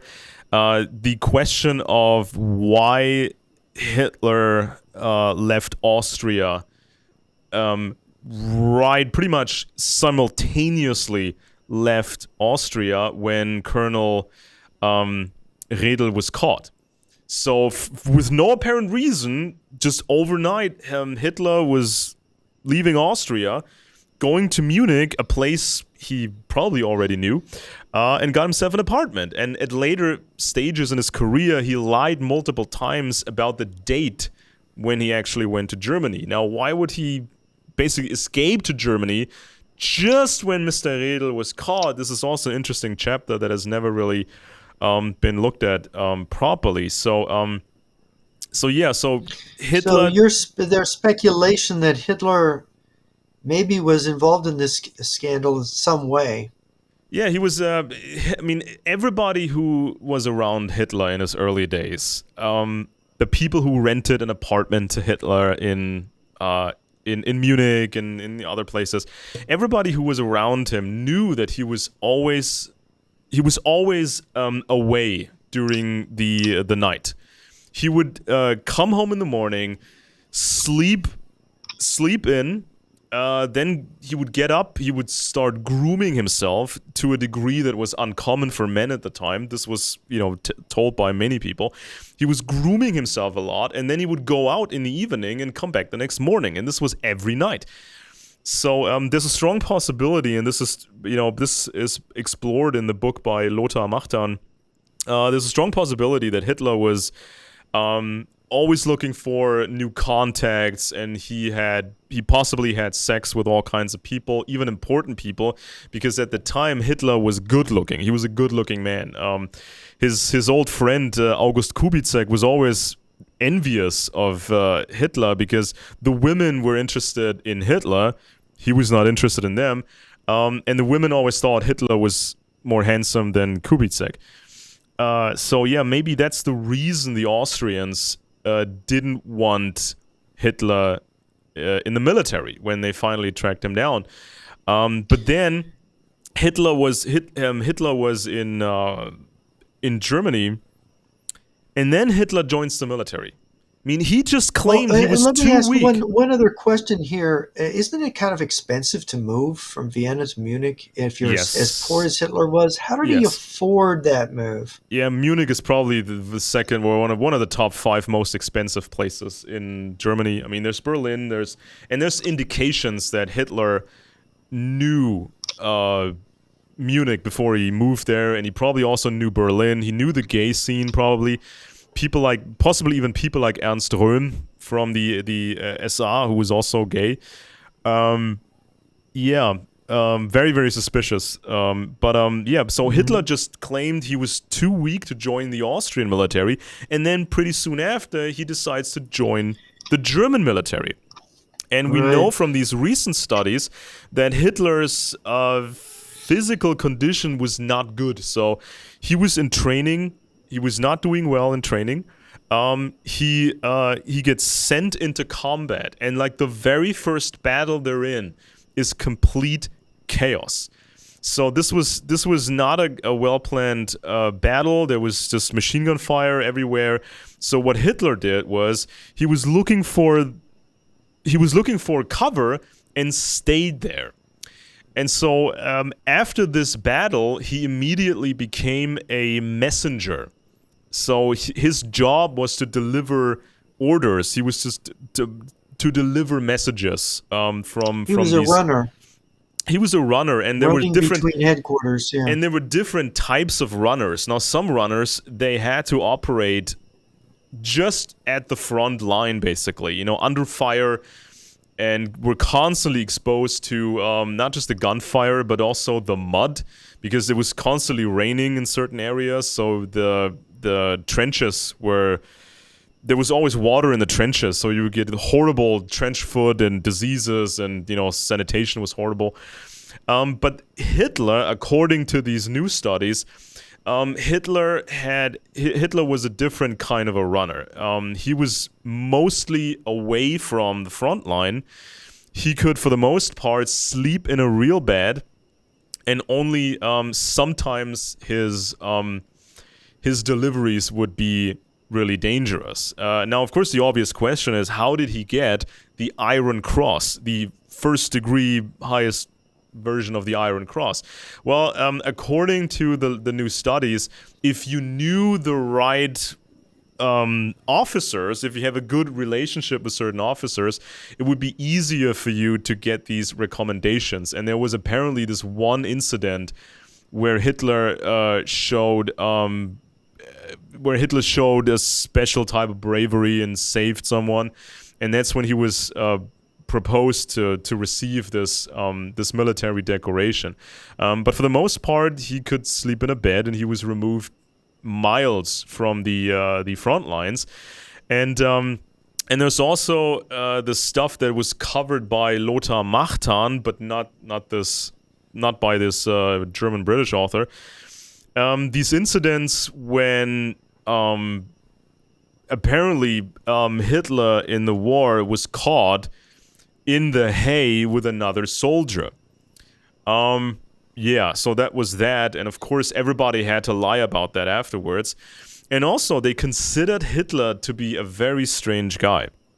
Now, later, Hitler would create the impression that he had been a leader, or the people liked him, that he was always talking to the other soldiers and they listened to him. Yet he But stayed at the rank of corporal when it would have been normal yeah, to be a he sergeant. would he He was never he was became a not sergeant. he was not popular at all, and some of these other soldiers from the regiment, they would give honest reports to the Brits at some point, and they would say he was strange. Everybody knew he was strange. We called him the der närrische Adolf, the crazy, stupid Adolf. And they said he would starve to death when he had canned food because he was unable to open properly a can of food. So that's what they talked. That's what they said about him, and he was convinced during the war, World War One, that you know that these entities would talk to him. He would call it the premonition, or what's the right term? Die Vorsehung. When some entities would tell him to move a few meters or move away from Yeah, that spot. he would get premonitions. Yeah, exactly. So Premonitions. he claimed he got this idea that popped up in his head. You have to move. You have to get away from this spot. He would leave the spot, and then an artillery shell would hit the spot where he was just a minute earlier. And so that apparently heightened his belief in premonition, and that he was sort of the chosen one. He was going to be the prophet for the Germans, that he had a special relationship with fate and entities and something like that. And also when he was hit with poison gas. Now, people have looked at these files and these statements for a long time. We can basically piece together what happened now. He was temporarily blinded. He was in a hospital, a military hospital. And so that's when he found out that the war had been lost entirely. So here he was, still a young And he guy. was blind. He was blind. He was blind. Germany had lost the war, and he had no marketable skills to make a living later on, even though he regained his eyesight. And that's when he had probably the worst nervous breakdown in his life. He said the only times he cried was when his mother died and when Germany lost the war. But in his mania, or in his crazed state, he sort of had like a narcissistic break, or a breaking point that led to his narcissistic beliefs. He chose to detach himself from reality and turn into this German prophet or messiah. And he would have this mission from then on to save Germany from the Jewish conspiracy, because that's what he believed in, especially after the war. Just like Theo Benesch, just like Martin Bormann, they all got into this conspiracy material that was circulated. And and after the war, Hitler had his first. Hitler got some intelligence training. He was becoming an informant for the government here. He was supposed to infiltrate these new political parties, such as the German Workers' Party, the Deutsche Arbeiterpartei, which he joined and then took over and turned it into the National Socialist German Workers' Party. So all these crazy guys, all these crazy young men came out of the war, became pretty significant in the Nazi movement. Yeah. Well, as far as how the war went, Germany, you could say Germany was winning the war. And in 1917, you had the what they call the February Revolution in Russia by the old calendar, where the Tsar had to abdicate. And this is before the Bolshevik Revolution, which happened it was called the October Revolution. Again, old calendar, because it really happened, I think, on November 7th. 1917, but also and of course this really put the Allies in a bad situation with Russia having this revolution because the pressure was on, and it was, I believe it was April of 1917 that Wilson got a declaration of war from the U.S. Congress on Germany and the Central Powers, so that the United States then entered the war. And of course, the war started in 1914, 1915, 1916, 1917. America enters the war. Russia starts to have its revolutionary problems that year. And of course, Russia's on the way out of the war. America's on the way in because America just can't instantly get there. They have to build up the forces and send them across the Atlantic. And of course, everything comes to a head in 1918, where it turns out that Germany thinks, oh, Germany's in this position where Russia's collapsing. They get the Treaty of Brest-Litovsk. Now the Allies, who are exhausted, the British and French are exhausted. There's even been mutinies in the French army by this time. And the Germans think, we've got to win this war before the Americans show up in large numbers to reinforce the British and the French. And so they didn't want to be passive, and Ludendorff, who had taken over from Falkenhayn, was the leader then, the military leader. He had this idea of this big offensive to grind through the line and to take Paris. But what happened was the British blockade had so affected Germany, they didn't realize how their rations had shrunk until they reached the Allied lines. And they saw what the Allies were eating, the food they were getting from America already.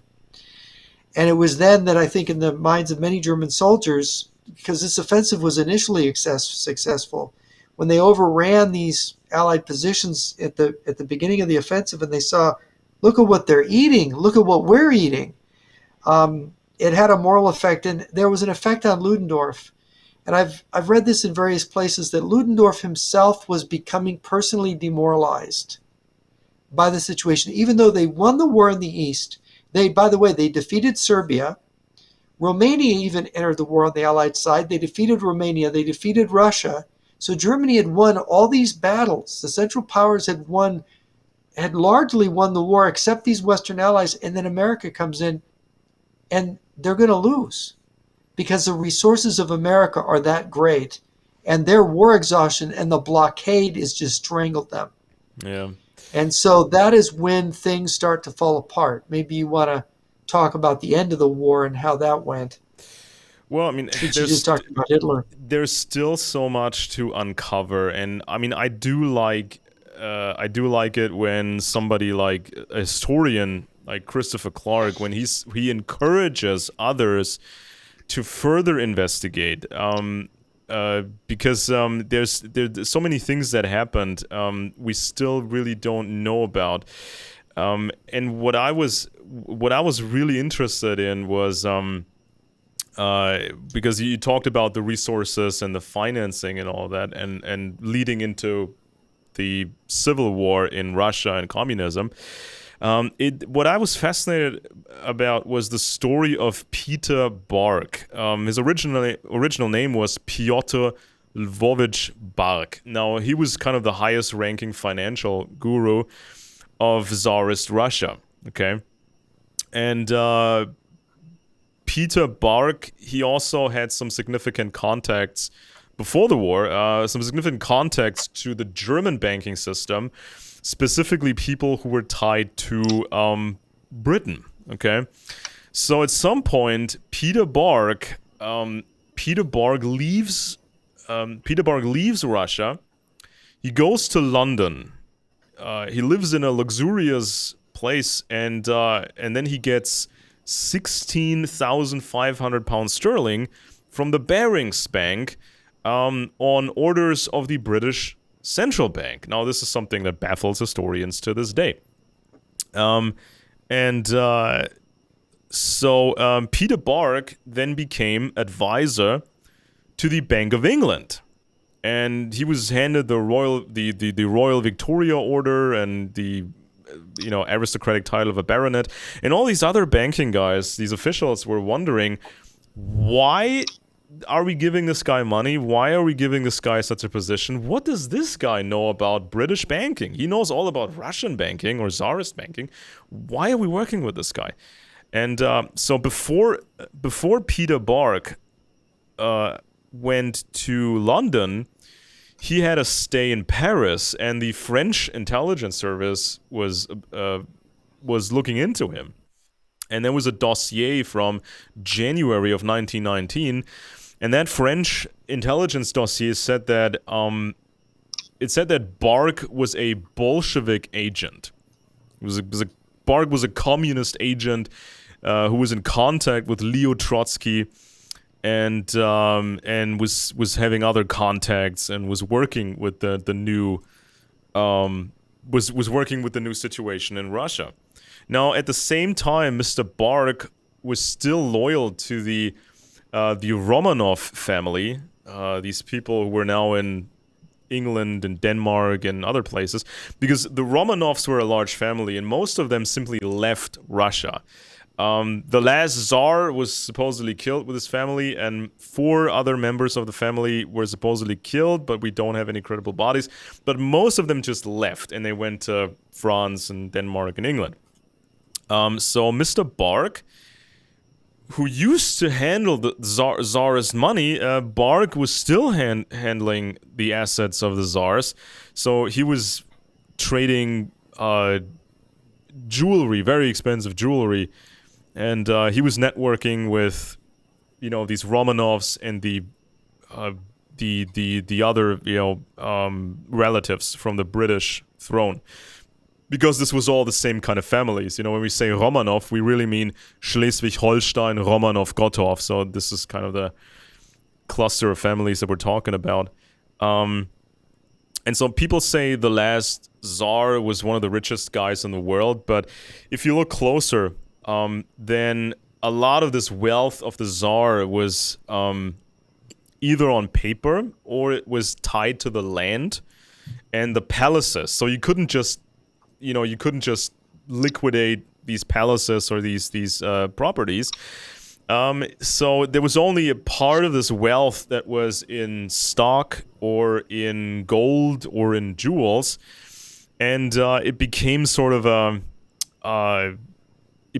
mystery what happened to the fortune of the Tsar. But we can reconstruct most of it. I mean, some of the stock was moved, some of the gold was moved.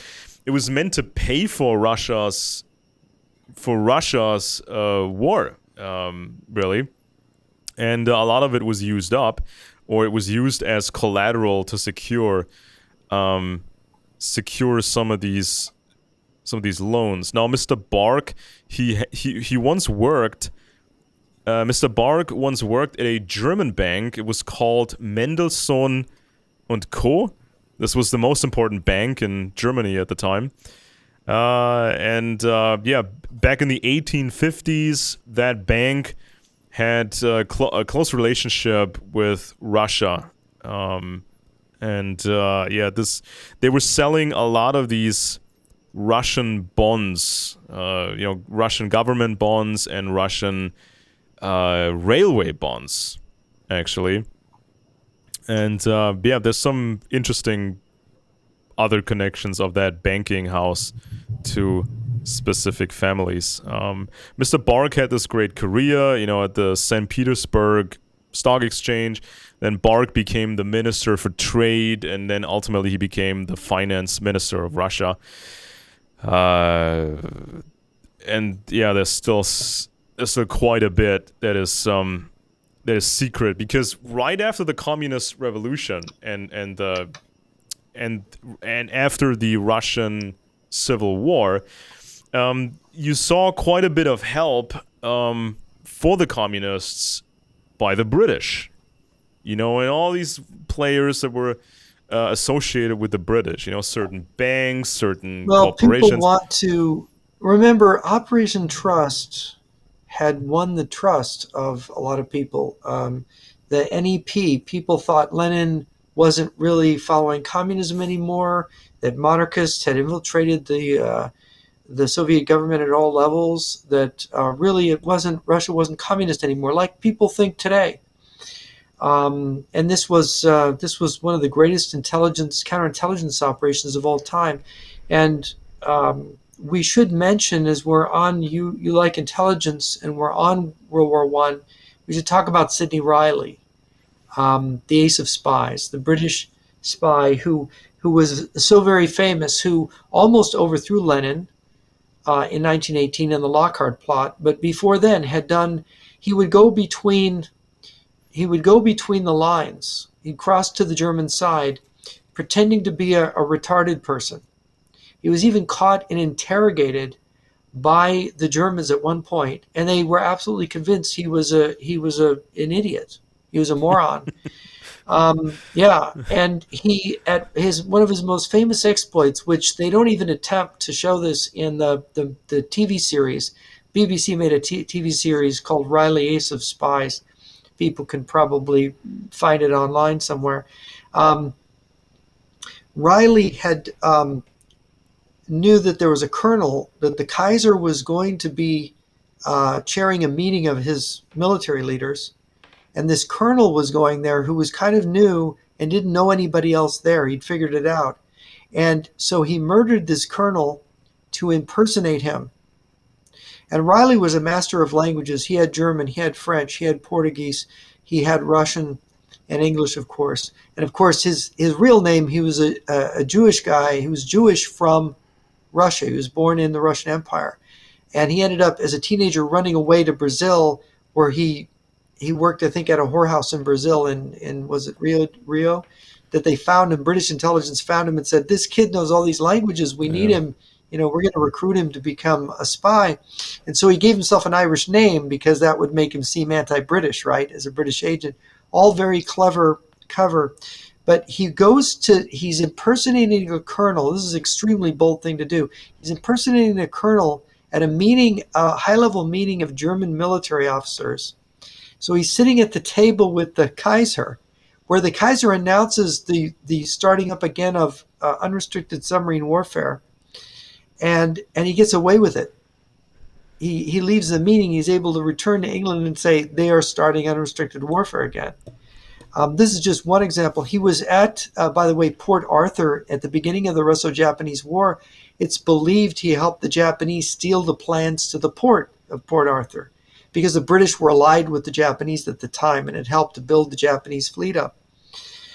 So Riley had been involved in all of these different escapades, and of course ended his career in the Soviet Union trying to work against the Bolsheviks. I just thought I would mention Riley, and if you have anything to add about the Lockhart plot and so on, where Riley tried to bribe the Latvian rifles who were going to defend this Bolshevik Congress, in which they would basically slaughter the leadership of the Bolsheviks. It would have been the end of communism. There wouldn't have Yeah. been any Soviet Union if this hadn't. And the only reason the plot failed that we know of is that Fanny Royd, I forget her, Kaplan was her real last name. She shot Lenin in the neck, Hmm. basically, and that caused a wave of terror in which it came out. They realized there was this plot. Felix Dzerzhinsky went and Yeah. was arresting people.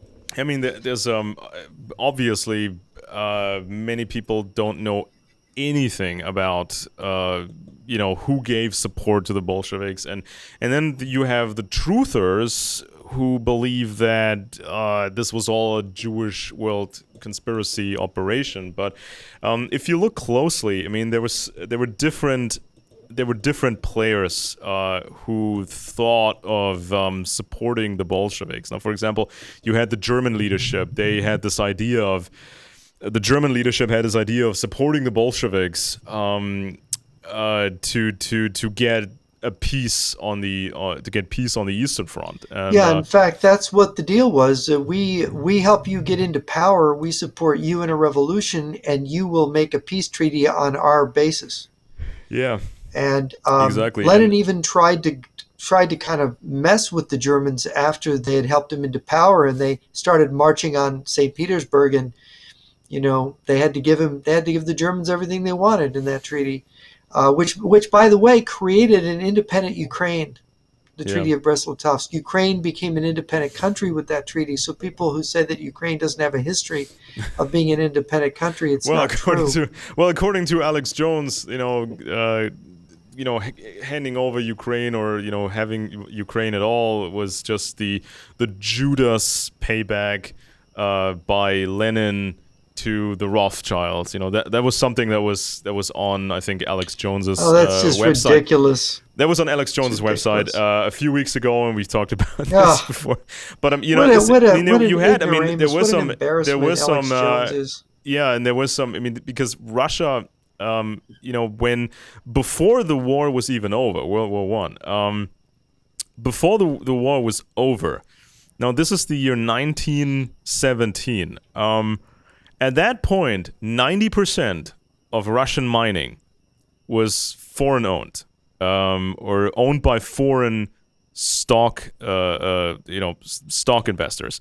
90% of Russian mining, 50% of the Russian chemical industry, 40% of the machine factories, and 42% of banking capital.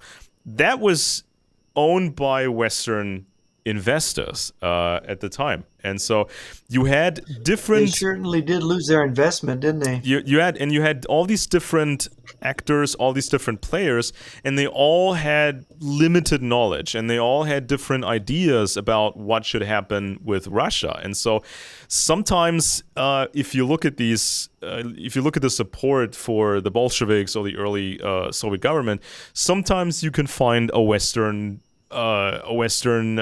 bank, with a Jewish owner. You will find some of that. It's far less than what the truthers will tell you, but even in that case, that was not some masterminding world domination plan No, by that one no, bank. That because was just let's just make a general statement about capitalists and capitalism. Here you have Russia. Immediately it's out of World War One. It signed a separate peace with Germany, the Treaty of Brest-Litovsk. So you've got this, and the country is just basically wrecked economically from the war, from all the things that happened to it, from the revolution. And so you got entrepreneurs thinking, this is a great place to invest because the labor is going to be cheap. These people are willing to work for nothing. Russia's got massive natural resources. If we can get in good with this government, with the Bolsheviks, and make investments, we can make a killing in Russia. yeah, So it wasn't that these people were supporting the Bolsheviks as much as they were trying to find an opportunity for themselves. And a lot of these people didn't really understand what Lenin believed. And Lenin and these Bolsheviks, seeing these guys coming in promising money, what are they going to do? They're going to shoo them away? Well, I mm, think sometimes they made that mistake, but Lenin was quick to say, oh, no, no, don't shoo them away. We might be able to use these guys, exactly. right? So it's a Yeah, two-way street. And that's why they came around with Operation Trust, where Lenin said, you know what, guys, we don't know how to build a communist economy. Marx didn't tell us how. We need to retreat into capitalism to rebuild ourselves because otherwise the people are going to rise up and hang us all. And that's yeah. basically what they did because they had Uh, to. exactly. And so, yeah, that's when some of these money flows happen. That's when some of the quasi-diplomatic channels happen. So, for example, there was for a time the Soviet government was not officially recognized by the United States, but you had these offices. I think it was in New York and other places. You had these offices that were almost like an embassy. It was almost like a Soviet embassy. And you saw trade being facilitated. Sometimes, people got into trouble with the American government and with the law, basically. But yeah, some people actually believed you could have a stable government in Russia, and this would all Yeah, and turn it's out nice. because they couldn't, the Bolshevik form of government, the whole communist movement was something new. I mean, they'd had the Paris Commune that was back in 1870, 71, but they didn't know how crazy Lenin was, and they didn't know how bloodthirsty these people were. And of course, you had, like you said, the Protocols of the Elders of Zion shows up. It's being discussed in the London Times, Mm, which ultimately somebody figured out that it was a forgery, right? And a lot of it was copied out of a book called Conversations Between um, Montesquieu, Machiavelli and Montesquieu in Hell, I think is, Yeah. rough approximation of the French title. And I think that book was written in the 1860s or 70s when It was 1860s, right? yeah. It was Because I think Napoleon the Third, part of three that main book sources. was, yeah. Yeah, it was a No, go terrible.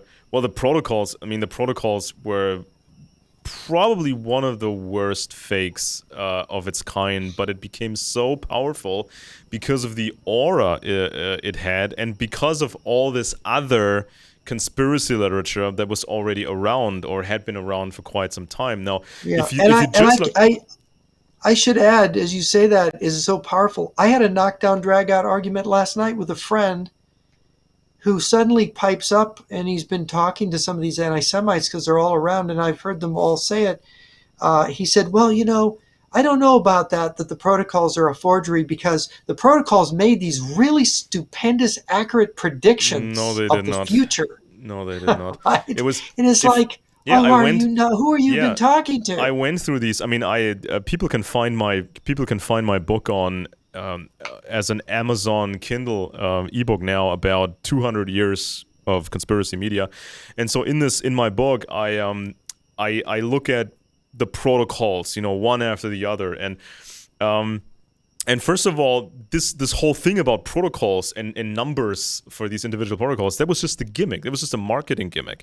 It's like somebody posting a viral video, 10 reasons for this and that, or 10 tips to improve your life or whatever. It's just a gimmick because there is no specific order of things. It's not chronological. It's not ordered by specific themes or topics. It's just, protocol number one, and then it's about, well, we should control the banking, or we should control this, or we already control that, and then it's some basic divide and conquer talk, and and it's just so superficial and bland and silly, and it's basically something that anybody could have written who already owned conspiracy books, because they've been around for Right. almost 100 years, because the early socialists in France had started this. This is when Yeah.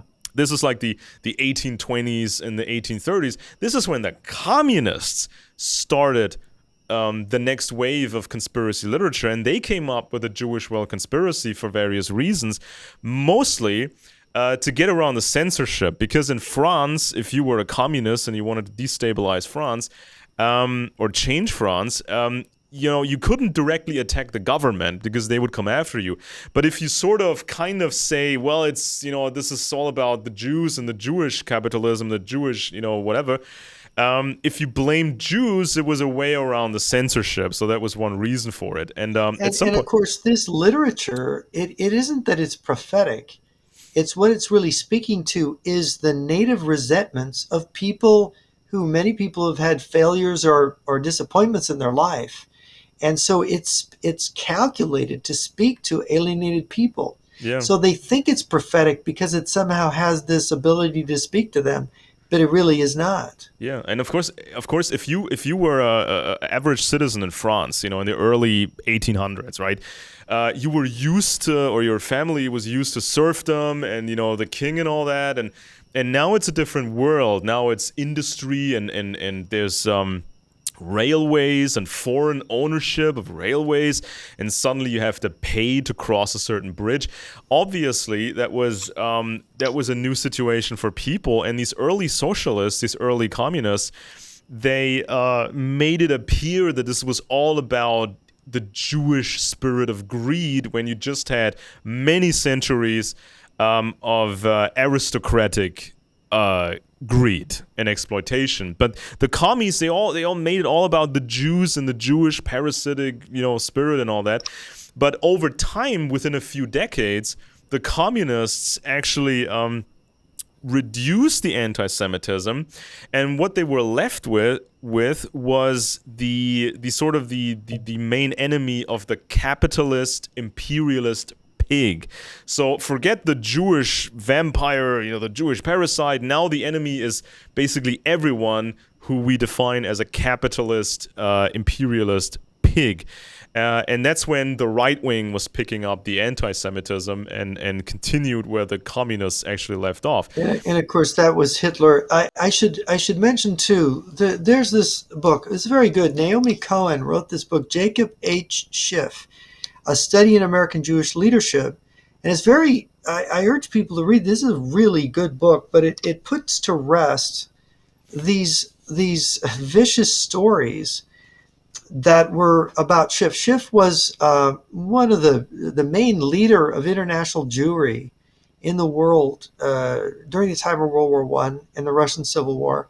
He died of a heart attack in 1920, but he was accused by the anti-Semites, particularly people from the Black Hundreds anti-Semite groups in Russia.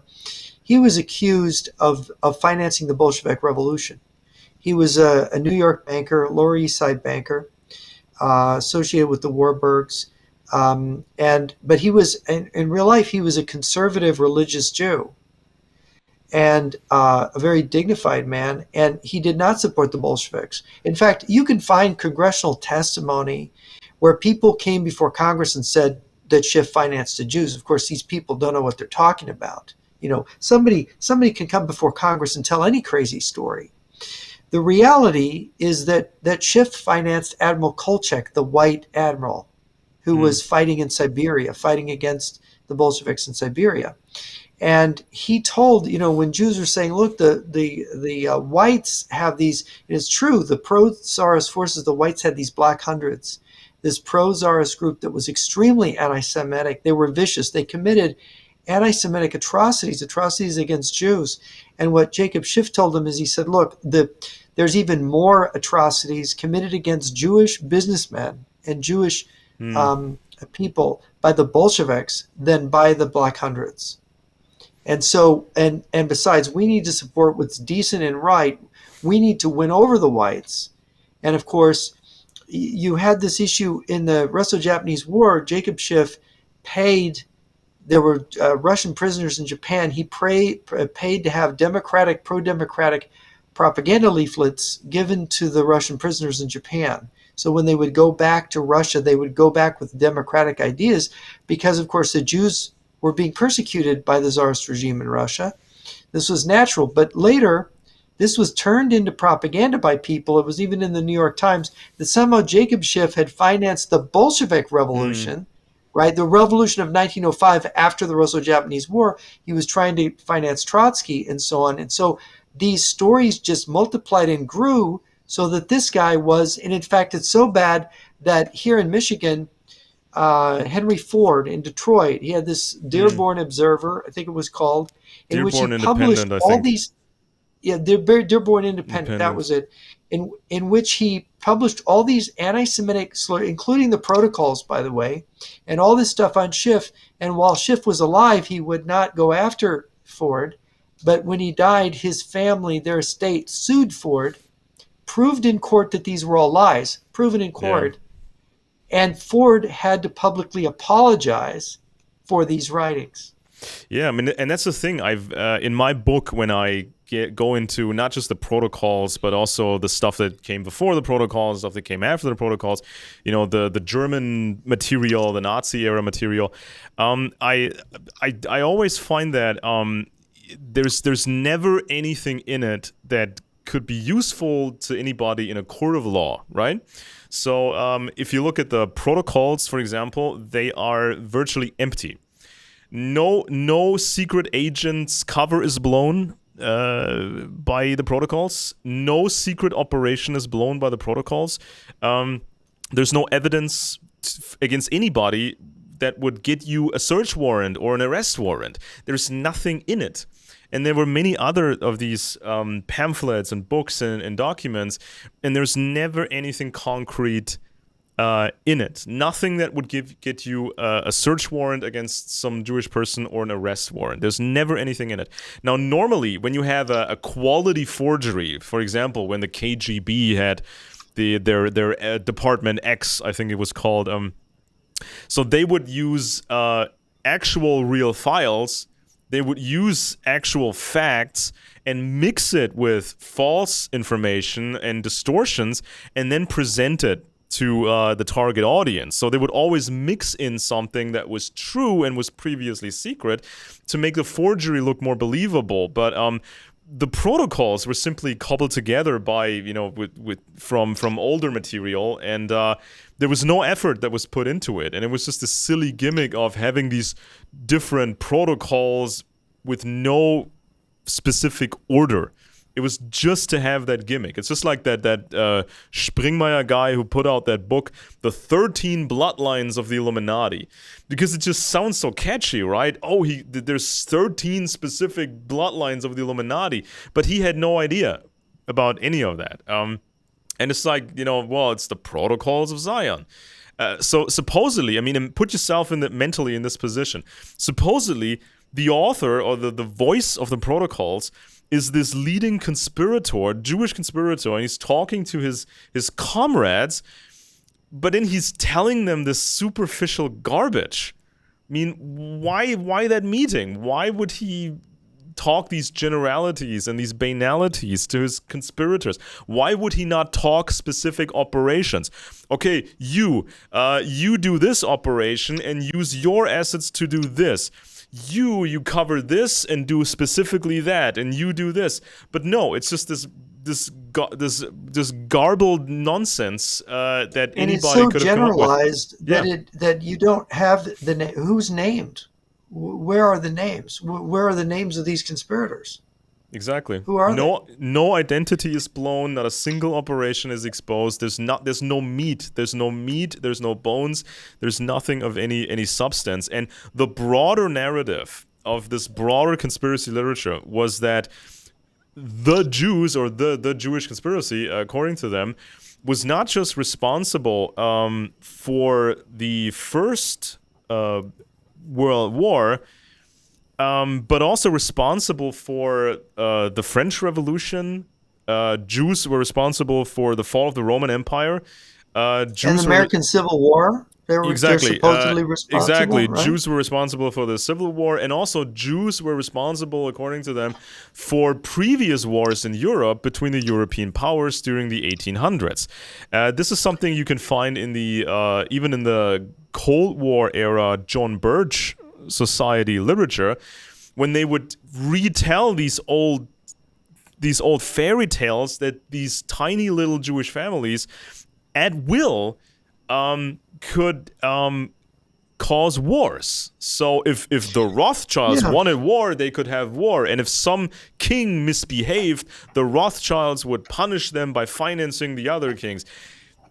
So any war, all of it, they all bill that as a Jewish conspiracy, as if all these European powers had been morons, as if they were stupid and they had no intelligence networks of their own, like as if these Jews invented modern intelligence. They did not. Well, this is a terrible way for me to spend my evening.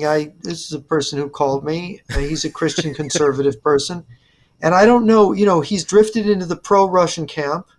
So I occasionally talk to him. I try to say something like, the Russians, Putin is bad. He would occasionally call me and feel me out on what I thought about what was happening. But last night he calls me and he starts off with, well, you say the protocols are a forgery. I don't know. I'm not going to research it. But boy, they sure did have the true prediction. And then he went on and said, well, the Rothschilds, they made all this money from the Battle of Waterloo. No, right? They did not. No, they did not. I know. It's just a complete. And I told him, I said, look, this is a fake story. Well, you say it's a fake story, but I don't know that it's a fake story. Well, the burden of proof lies with the people that make this claim. If they cannot present any proof, then we have nothing to prove that.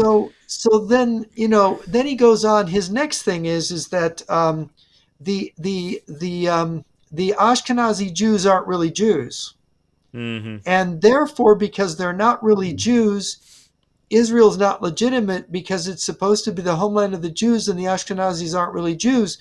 And I finally said, I'm very tired of this discussion. I don't want to talk about this. I don't want to hear about this anymore. And he got all upset with me. And I said, look, this is all anti-Semitic. No, it's not. You're accusing me of being an anti-Semite. And it's like, now, am I Well, unfair thinking all of this is against the Jews? Everything yeah. he's saying? You know, Yeah. what is the point of this guy calling me up and telling me Yeah. this? I people can check out my Kindle ebook on Amazon. It's called "The Influence of Intelligence Networks on Conspiracy Media," and this covers the modern era of conspiracy media, starting right after the French Revolution. And the initial conspiracy literature, and those were already best-selling books, Robinson, Baruel, and so on. These initial books, they didn't care about Jews because this didn't matter back then, But the narrative Mm-hmm. was, well, Britain is completely, not guilty. Britain was not involved in, the chaos in France. Britain is innocent. But, oh, look at these French lodges and look at some other. So this was the point of the early conspiracy literature. It was to destabilize France and also destabilize some other places and to make Britain look completely innocent. And only at the next stage of conspiracy media, only at the next stage became Jews a topic. Before that, it was just Jesuits, Catholics, French Freemasons and all that. Only then, when it was, suitable, when it was convenient for these early communists, only then did they start to talk about Jews. And I actually found a very foundational text of conspiracy literature. This was a parliamentary member in Britain in the early 1800s, and he put out this text, which was sort of his attempt to be scientific about anti-Semitism. And he had this broad. He was an early lefty, by the way, as well, and he had his name was Duncombe, Mr. Duncombe, and he had this whole thing planned out, and he was blaming Jews, but also, other powerful circles in the past, and he was also blaming every capitalist. So to him, they were equally as bad. So you can just pick and choose, whether you hate the Jews, and you should also hate the other capitalists, and you should also hate the old church and hate all these people. And so with that material that he presented, that material could then be adapted by the communists, the right wing, other groups. They could amplify the anti-Semitism or just leave it out and take the rest of the material. Because if you really look closely at the communist idea of who the enemy is, the so-called capitalist imperialist pig, it's almost the same as the anti-Semitism. They don't care if you're Jewish or not. If you are a capitalist, if you are against the communist, then if you're against the communists, then you are a blood-sucking parasite, just demonic force. So it's almost what's the same interesting thing. is you go to German and Japanese Axis propaganda in 1940, and they are accusing the Rockefellers, for example, of being Jews, right? Right. So they're accusing American Protestant capitalists of being Jews. German heritage, They'll by the even way. say They used to be Germans at some point, yeah.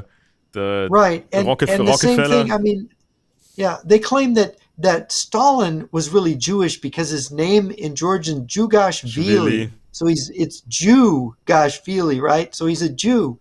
It's just strange things, and all these they try to make everybody who they want to make a villain in history. They somehow make them secretly a Jew.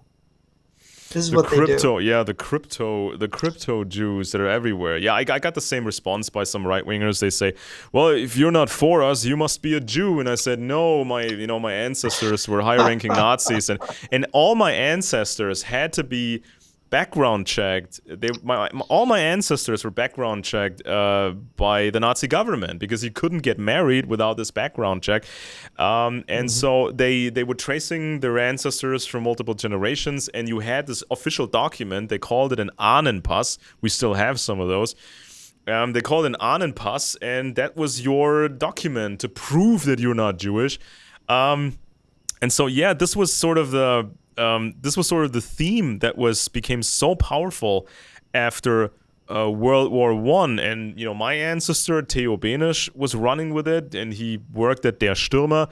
Martin Bormann was running with it, and he became the big spy for the Russians. Hitler was running with it, and he became the biggest nutbag of his era.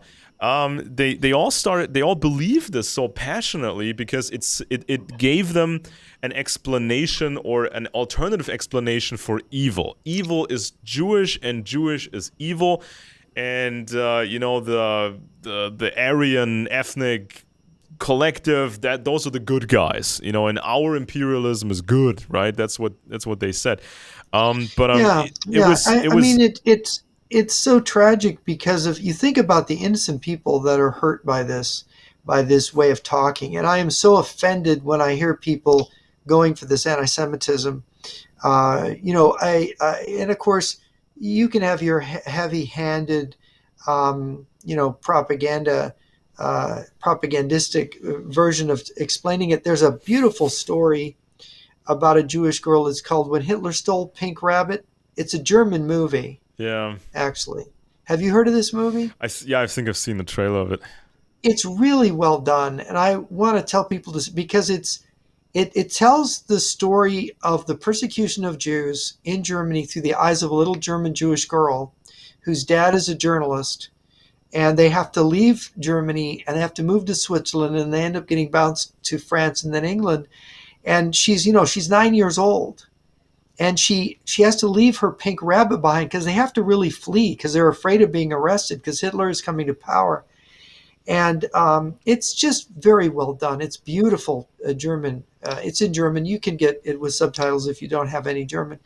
But it's for those who have a little bit. It's easy enough German for someone like myself to follow the words because it's almost like made for children to Yeah. understand because it's a lot of what this 9-year-old girl and her older brother is going through. But if people could just see what it means on a daily life and members of their family being arrested and dying and because they didn't leave Germany, this is really ugly. This kind of when you create a political ideology that defames a whole Yeah. group of people, And it's also so you know. lazy. I mean, it is so lazy just to Oh yeah.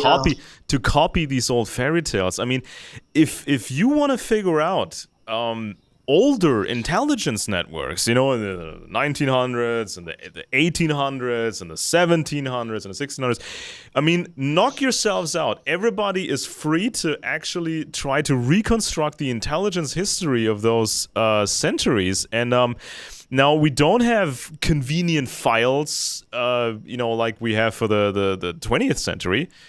It's not so easy. You cannot just look through these file folders and say, okay, this is what the intelligence capabilities were, because a lot of it was really secret, and these files were hidden in the castles of the aristocracy, and you'll never get to see it for the most part.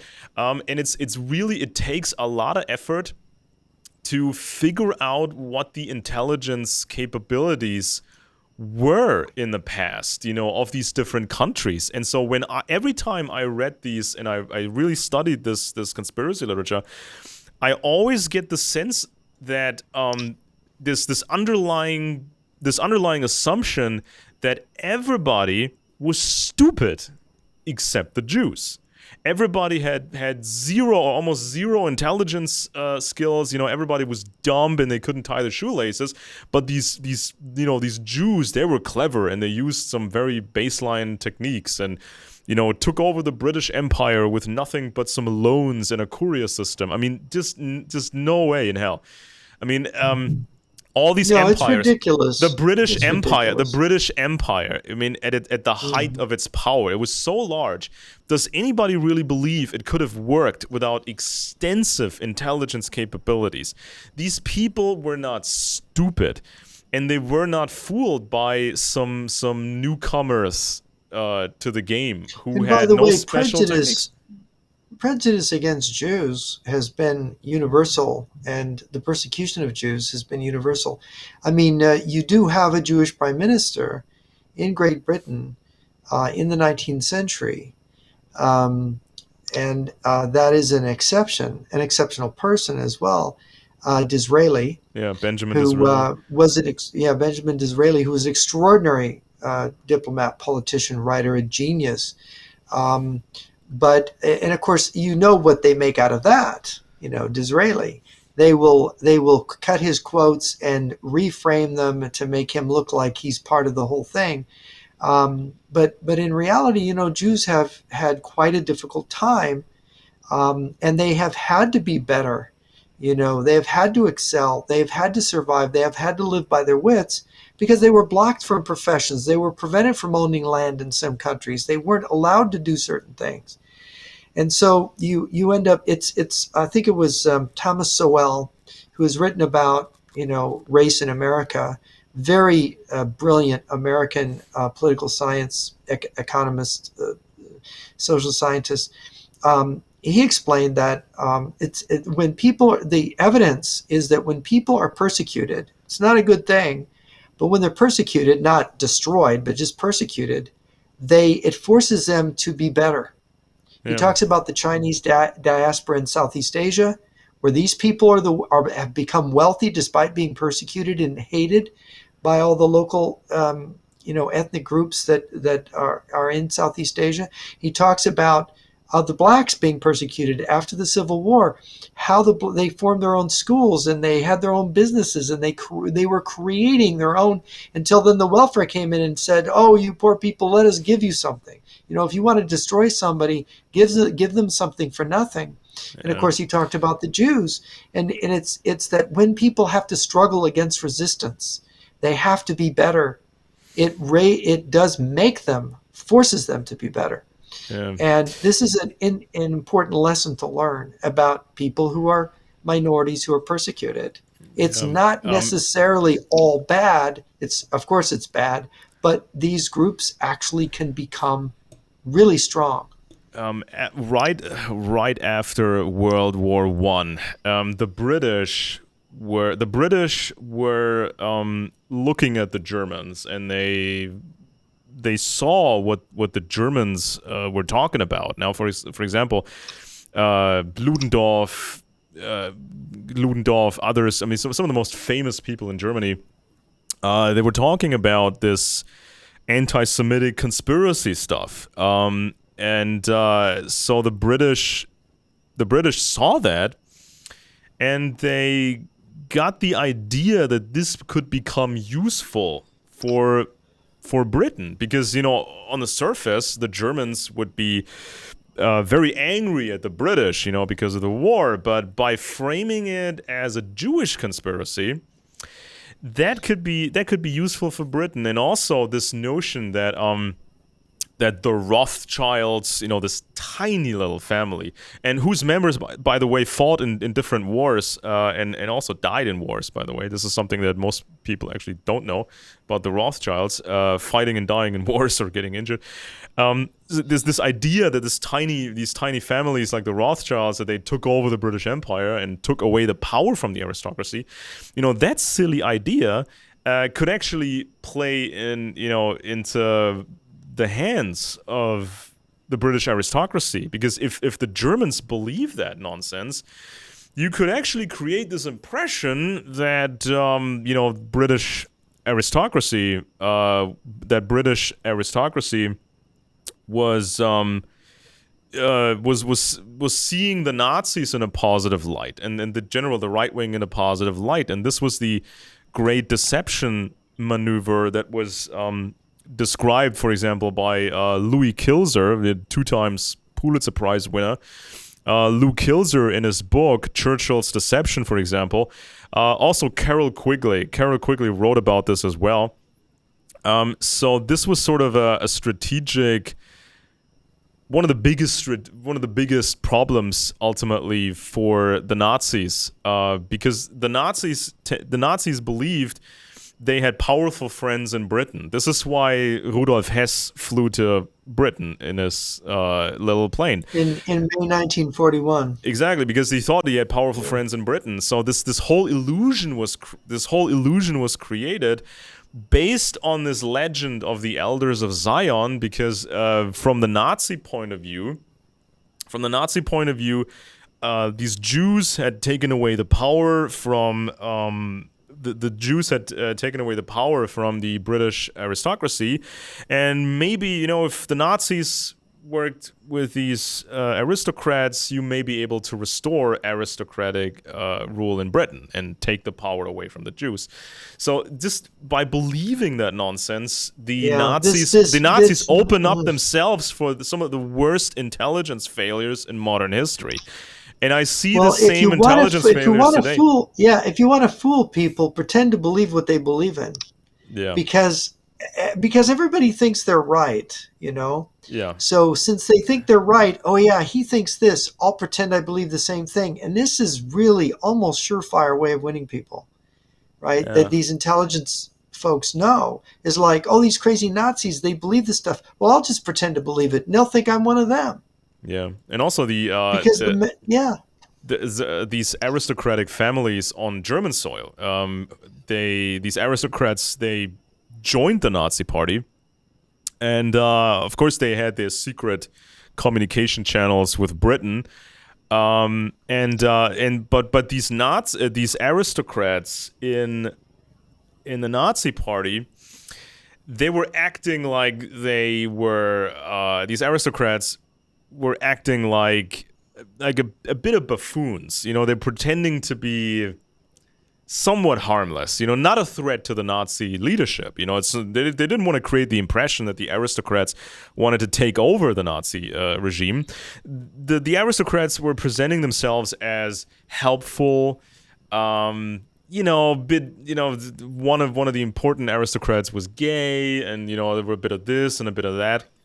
Just Well, they playing thought they could harmless. control Hitler, Yeah, right? I mean, they really thought the conservatives. I mean, the reason that they said, "Oh, we can make Hitler chancellor," and who was vice chancellor, by the way, is that we could control him because he's really kind of a nut and he doesn't know anything, and he's not that bright, right? They underestimated him, and so, and of course, they did not understand the kind of cunning that actually Hitler had. And they didn't understand how ruthlessly violent and unpredictable he could be. So they didn't realize that once he got that as a dog, if Hitler's a dog with a bone, they could never get that bone out of his mouth again, yeah, right? And when they realized that he had the country and he wasn't going to let go and his grip was going to get tighter, yeah. what were they going to do? Yeah, and of course the Nazi ideology was, to a large degree, was based on the anti-Semitic conspiracy literature and this kind of Right. view on history, because oftentimes ideologies, or mostly ideologies, they use historical arguments. They say we must do this now because this and that was what the past showed us, right? And we have to learn from that past. So if you have a faulty view on history, you will make bad decisions now and in the future. And so with the Nazis, what mattered was your degree of adopting the ideology. The more you adopted the ideology or professed the ideology, the more the Nazi system trusted you. And this was sort of the metric they were going for, instead of having, better types of, metrics or a better type of vetting Yeah, and well, process. instead of looking at a person's character, look at Yeah. how much he's a lackey, and he's gonna lick up your ideas. Um, we should, now that we're at the end now, and we should finish up World War I, because we didn't quite get to the end, and it fits right in with this Hitler stuff. Because what happened at the end of the war, of course, Germany was exhausted. There was massive war weariness. The army was exhausted. Ludendorff was demoralized as the top German general. And of course, their offensive failed because the Americans were arriving and they just didn't quite have enough strength to break the French and the British. And so once the American division showed up, and these American troops were fresh, their offensive were successful, they were going to cross the Rhine, they were coming, and what could the Germans do? And so they had Wilson's 14 points. And you can tell me if I'm wrong, but the Kaiser decided that he was going to let Wilson know, all right, I want to have a deal on the 14 points. But then the 14 points changed. Wilson said, all right, 14 points, but then you have to leave power. Hmm. And so what did the Kaiser do? He abdicated and went to Holland. And that, of course, the same thing with Yanukovych fleeing to Moscow. You have an abdication, you have a vacuum, you have a revolution. And then out of this comes Weimar. And of course, the demoralization sets in. Oh, the war is over. The German soldiers want to go home. The country's war weary. What do the Allies do? Their armies don't go home. Their armies are there. They say to Germany, all right, we're going to impose this peace, which was the Versailles Treaty, on you, and we will invade you and take whatever we want, but you're going to sign this peace treaty, admit 100% war guilt for this war. You're a criminal nation, and you are going to pay us all this money for the war, which, by the way, I think Germany just finished paying off, what, 9, 10 years ago? Yeah, something like that. Yeah, and Yeah. it's a So they've been paying for World War One up till this recent yeah, and also years. after the war, the intelligence problem became much worse because many people in Germany could be bought. This was not complicated because there was so many people that were broke. They didn't know what they were going to do in the future, and some of these officers or officials, they were, some of them were quite young, and so they could be bought by foreign powers, and then they would rise up the ranks. So I think this is something that Germany never recovered from, that sort of infiltration. But that infiltration has never been properly looked at because it goes way too deep, and it would probably expose some very significant foreign intelligence operations on German soil, and that's still secret. I mean, people think they know everything about World War One. Well, they actually don't. No, they don't. And of course, this Versailles Treaty was what Hitler lommed onto when he got into politics. He was going to repeal this treaty. He was going to return Germany to its dignity, which in part this treaty, there were people that came away from the Paris uh, peace agreement, from these talks that created this Versailles Treaty, which, by the way, the Allies maintained their strangling blockade on Germany until this through the spring of 1919, when this treaty, I think it came out in June of 1919, which caused the starvation of, some say 800,000 German children died. That may be an exaggeration, from the blockade, which went on after Germany had basically given up. So there was this horrible revenge, which is largely the effect of the French leader Clemenceau and Lloyd George, and of course Wilson was, not very effective at these things. The League of Nations was created, but the U.S. never entered it. It was kind of not a very effective organization, as we'll see as we get to World War II. But all these dreams, all this idealism, turned out to be all this cynicism and hate that came out in this treaty, which many people realized that they had created the pretext for another world war, that they had done something horrible to Germany, that the peace treaty was not fair, and that they basically brought on Hitler by Yeah. doing this. They enabled this monster by being little monsters themselves in this treaty. Am I Yeah. mistaken? Yeah, I mean, this is I mean, this has been covered in different ways over the years, and I mean, this could have gone so many other ways, but it was just a perfect storm of intelligence infiltration, just craziness, people being mentally ill, and also then conspiracy propaganda, which promised a way to understand it all and a way to solve it all, because not only did the Nazis believe they had high-ranking friends in Britain, they also believed they had high-ranking friends in the United States. But of course, when some of these American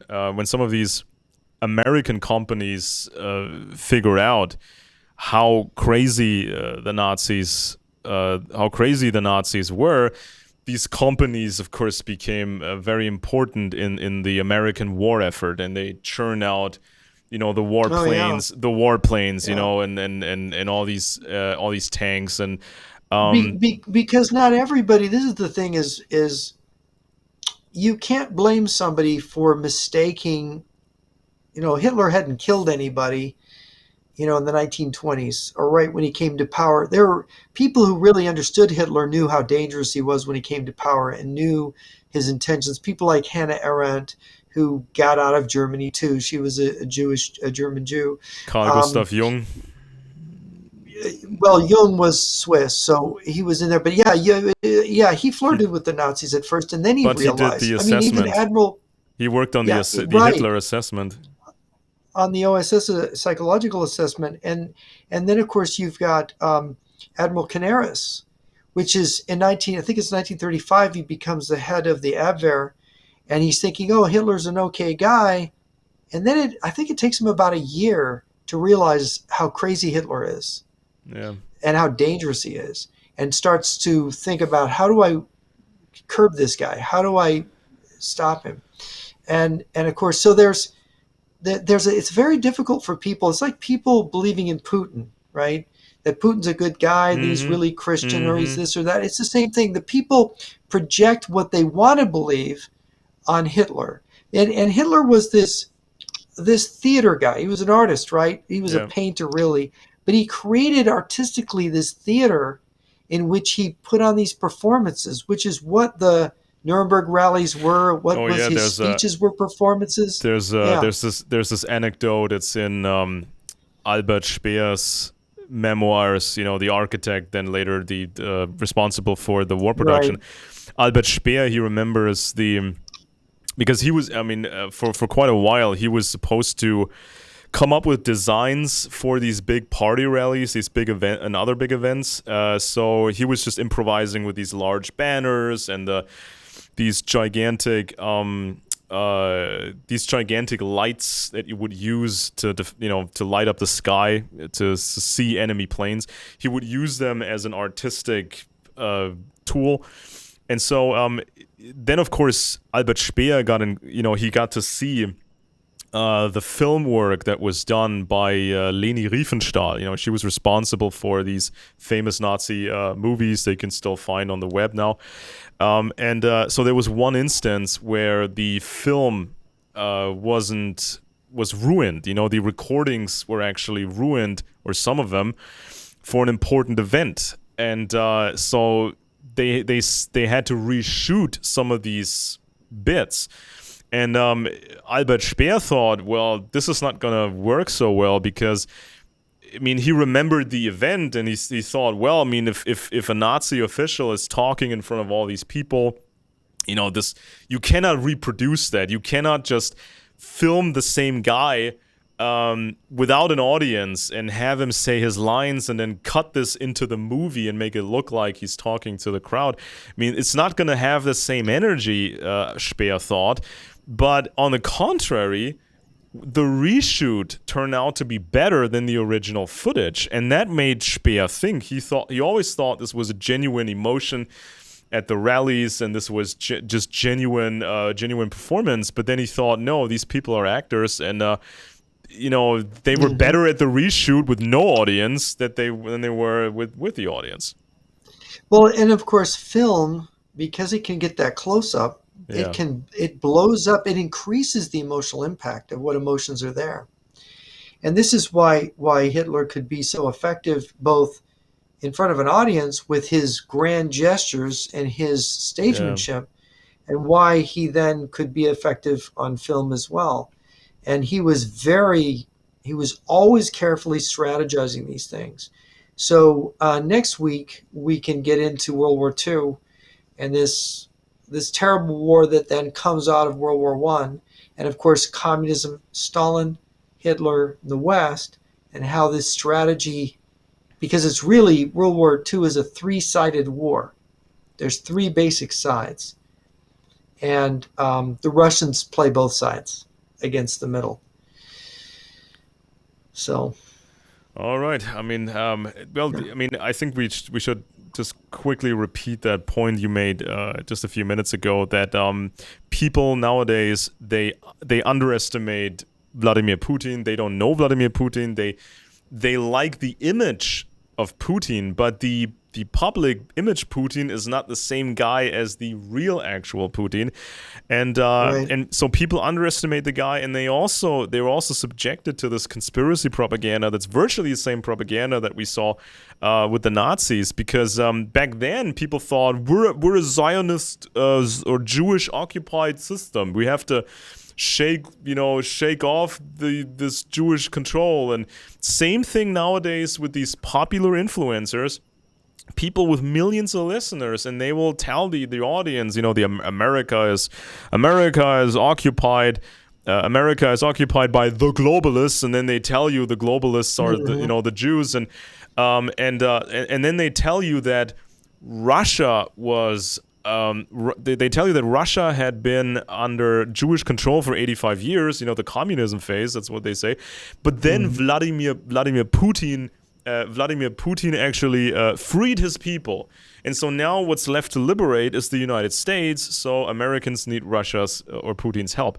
It's that dangerous, and it could have potentially the same or even greater catastrophic consequences if people repeat these same mistakes. So yeah, I mean, I would strongly suggest people check out this this book that I just translated into English on Amazon, the influence of intelligence networks on conspiracy media, and I got all the details and all the stuff that went into 200 years And for worth. some of our German listeners who can follow this in English, I've got my book, The Fool and His Enemy, in German, Der Tor und sein Federsacker, and that is in German, and that's available. You can get that if you just look for it online. And it's good for Germans who want to read something that I wrote in German. So I just thought I'd give a little advertisement for that. That book is available on Amazon as The Fool and His Enemy. And I've got other books there too if people are interested. But this is a very important topic, Alex, because people are, like my experience of my conservative friend who has fallen for this. It's that he never really knew much history. He thinks he can look at everything up in the Wikipedia, but he never really had much history, never had much background in politics. And he So doesn't he just see falls for himself. this. He doesn't see himself as a No, shaved-head neo-Nazi, but he's sort of no, he becoming doesn't. one. And he's repeating Nazi ideas. Yes, he Exactly, is. yeah. Right? Without even and feeling you're being unfair to me. He said to me, but it's like, no, he's being unfair to himself because he's not even knowledgeable enough to know what he's repeating, that it's Nazi Yeah, stuff. Right? exactly, yeah. And this is happening. I've seen it on the right in America. And the problem is these poor people, they have not read enough history, so they don't even know what they're falling into or they're falling for. So Yeah, or yeah. it's just So it's with this that, yeah. of this one more little thing. It's sort of this bit of reverse psychology. If there's a topic that is hated by the mainstream, then it seems more attractive to people. If it seems like forbidden knowledge, especially because in Germany a lot of that stuff is illegal. I mean, or some of this stuff is actually illegal in Germany, and so that makes it seem more interesting because people, they bring up this argument. Well, what's the one group you're not you're not allowed to criticize, and if you criticize the Jews, then you get into trouble and blah blah blah, and that proves that this conspiracy stuff is correct. But that's not logic. That's really not logic. Yeah, and to get And around censors, they do things like write JOOZ or S or something. yeah, or to say instead. globalist. They say globalist Right. as if empires Right. in the past, as if real empires in the past hadn't been globalist. I mean, what was the British Empire? The British Empire, if not globalist, what was the French Empire? If not a global worldwide scale. I mean, that's just what these Yes, empires were. And absolutely. Yeah, oh absolutely. boy, Well, I want to thank everybody. I think we've been going for 3 hours now, so it's yes, time for us to exactly. stop it. You could break this up into 1 hour things and watch it during the week. But anyway, this is Jeff Nyquist. This has been Friends and Enemy. I'm in America. Alex Benesch is in Germany, and we just did World War I. Next week, World War II. So I hope you'll join us next week.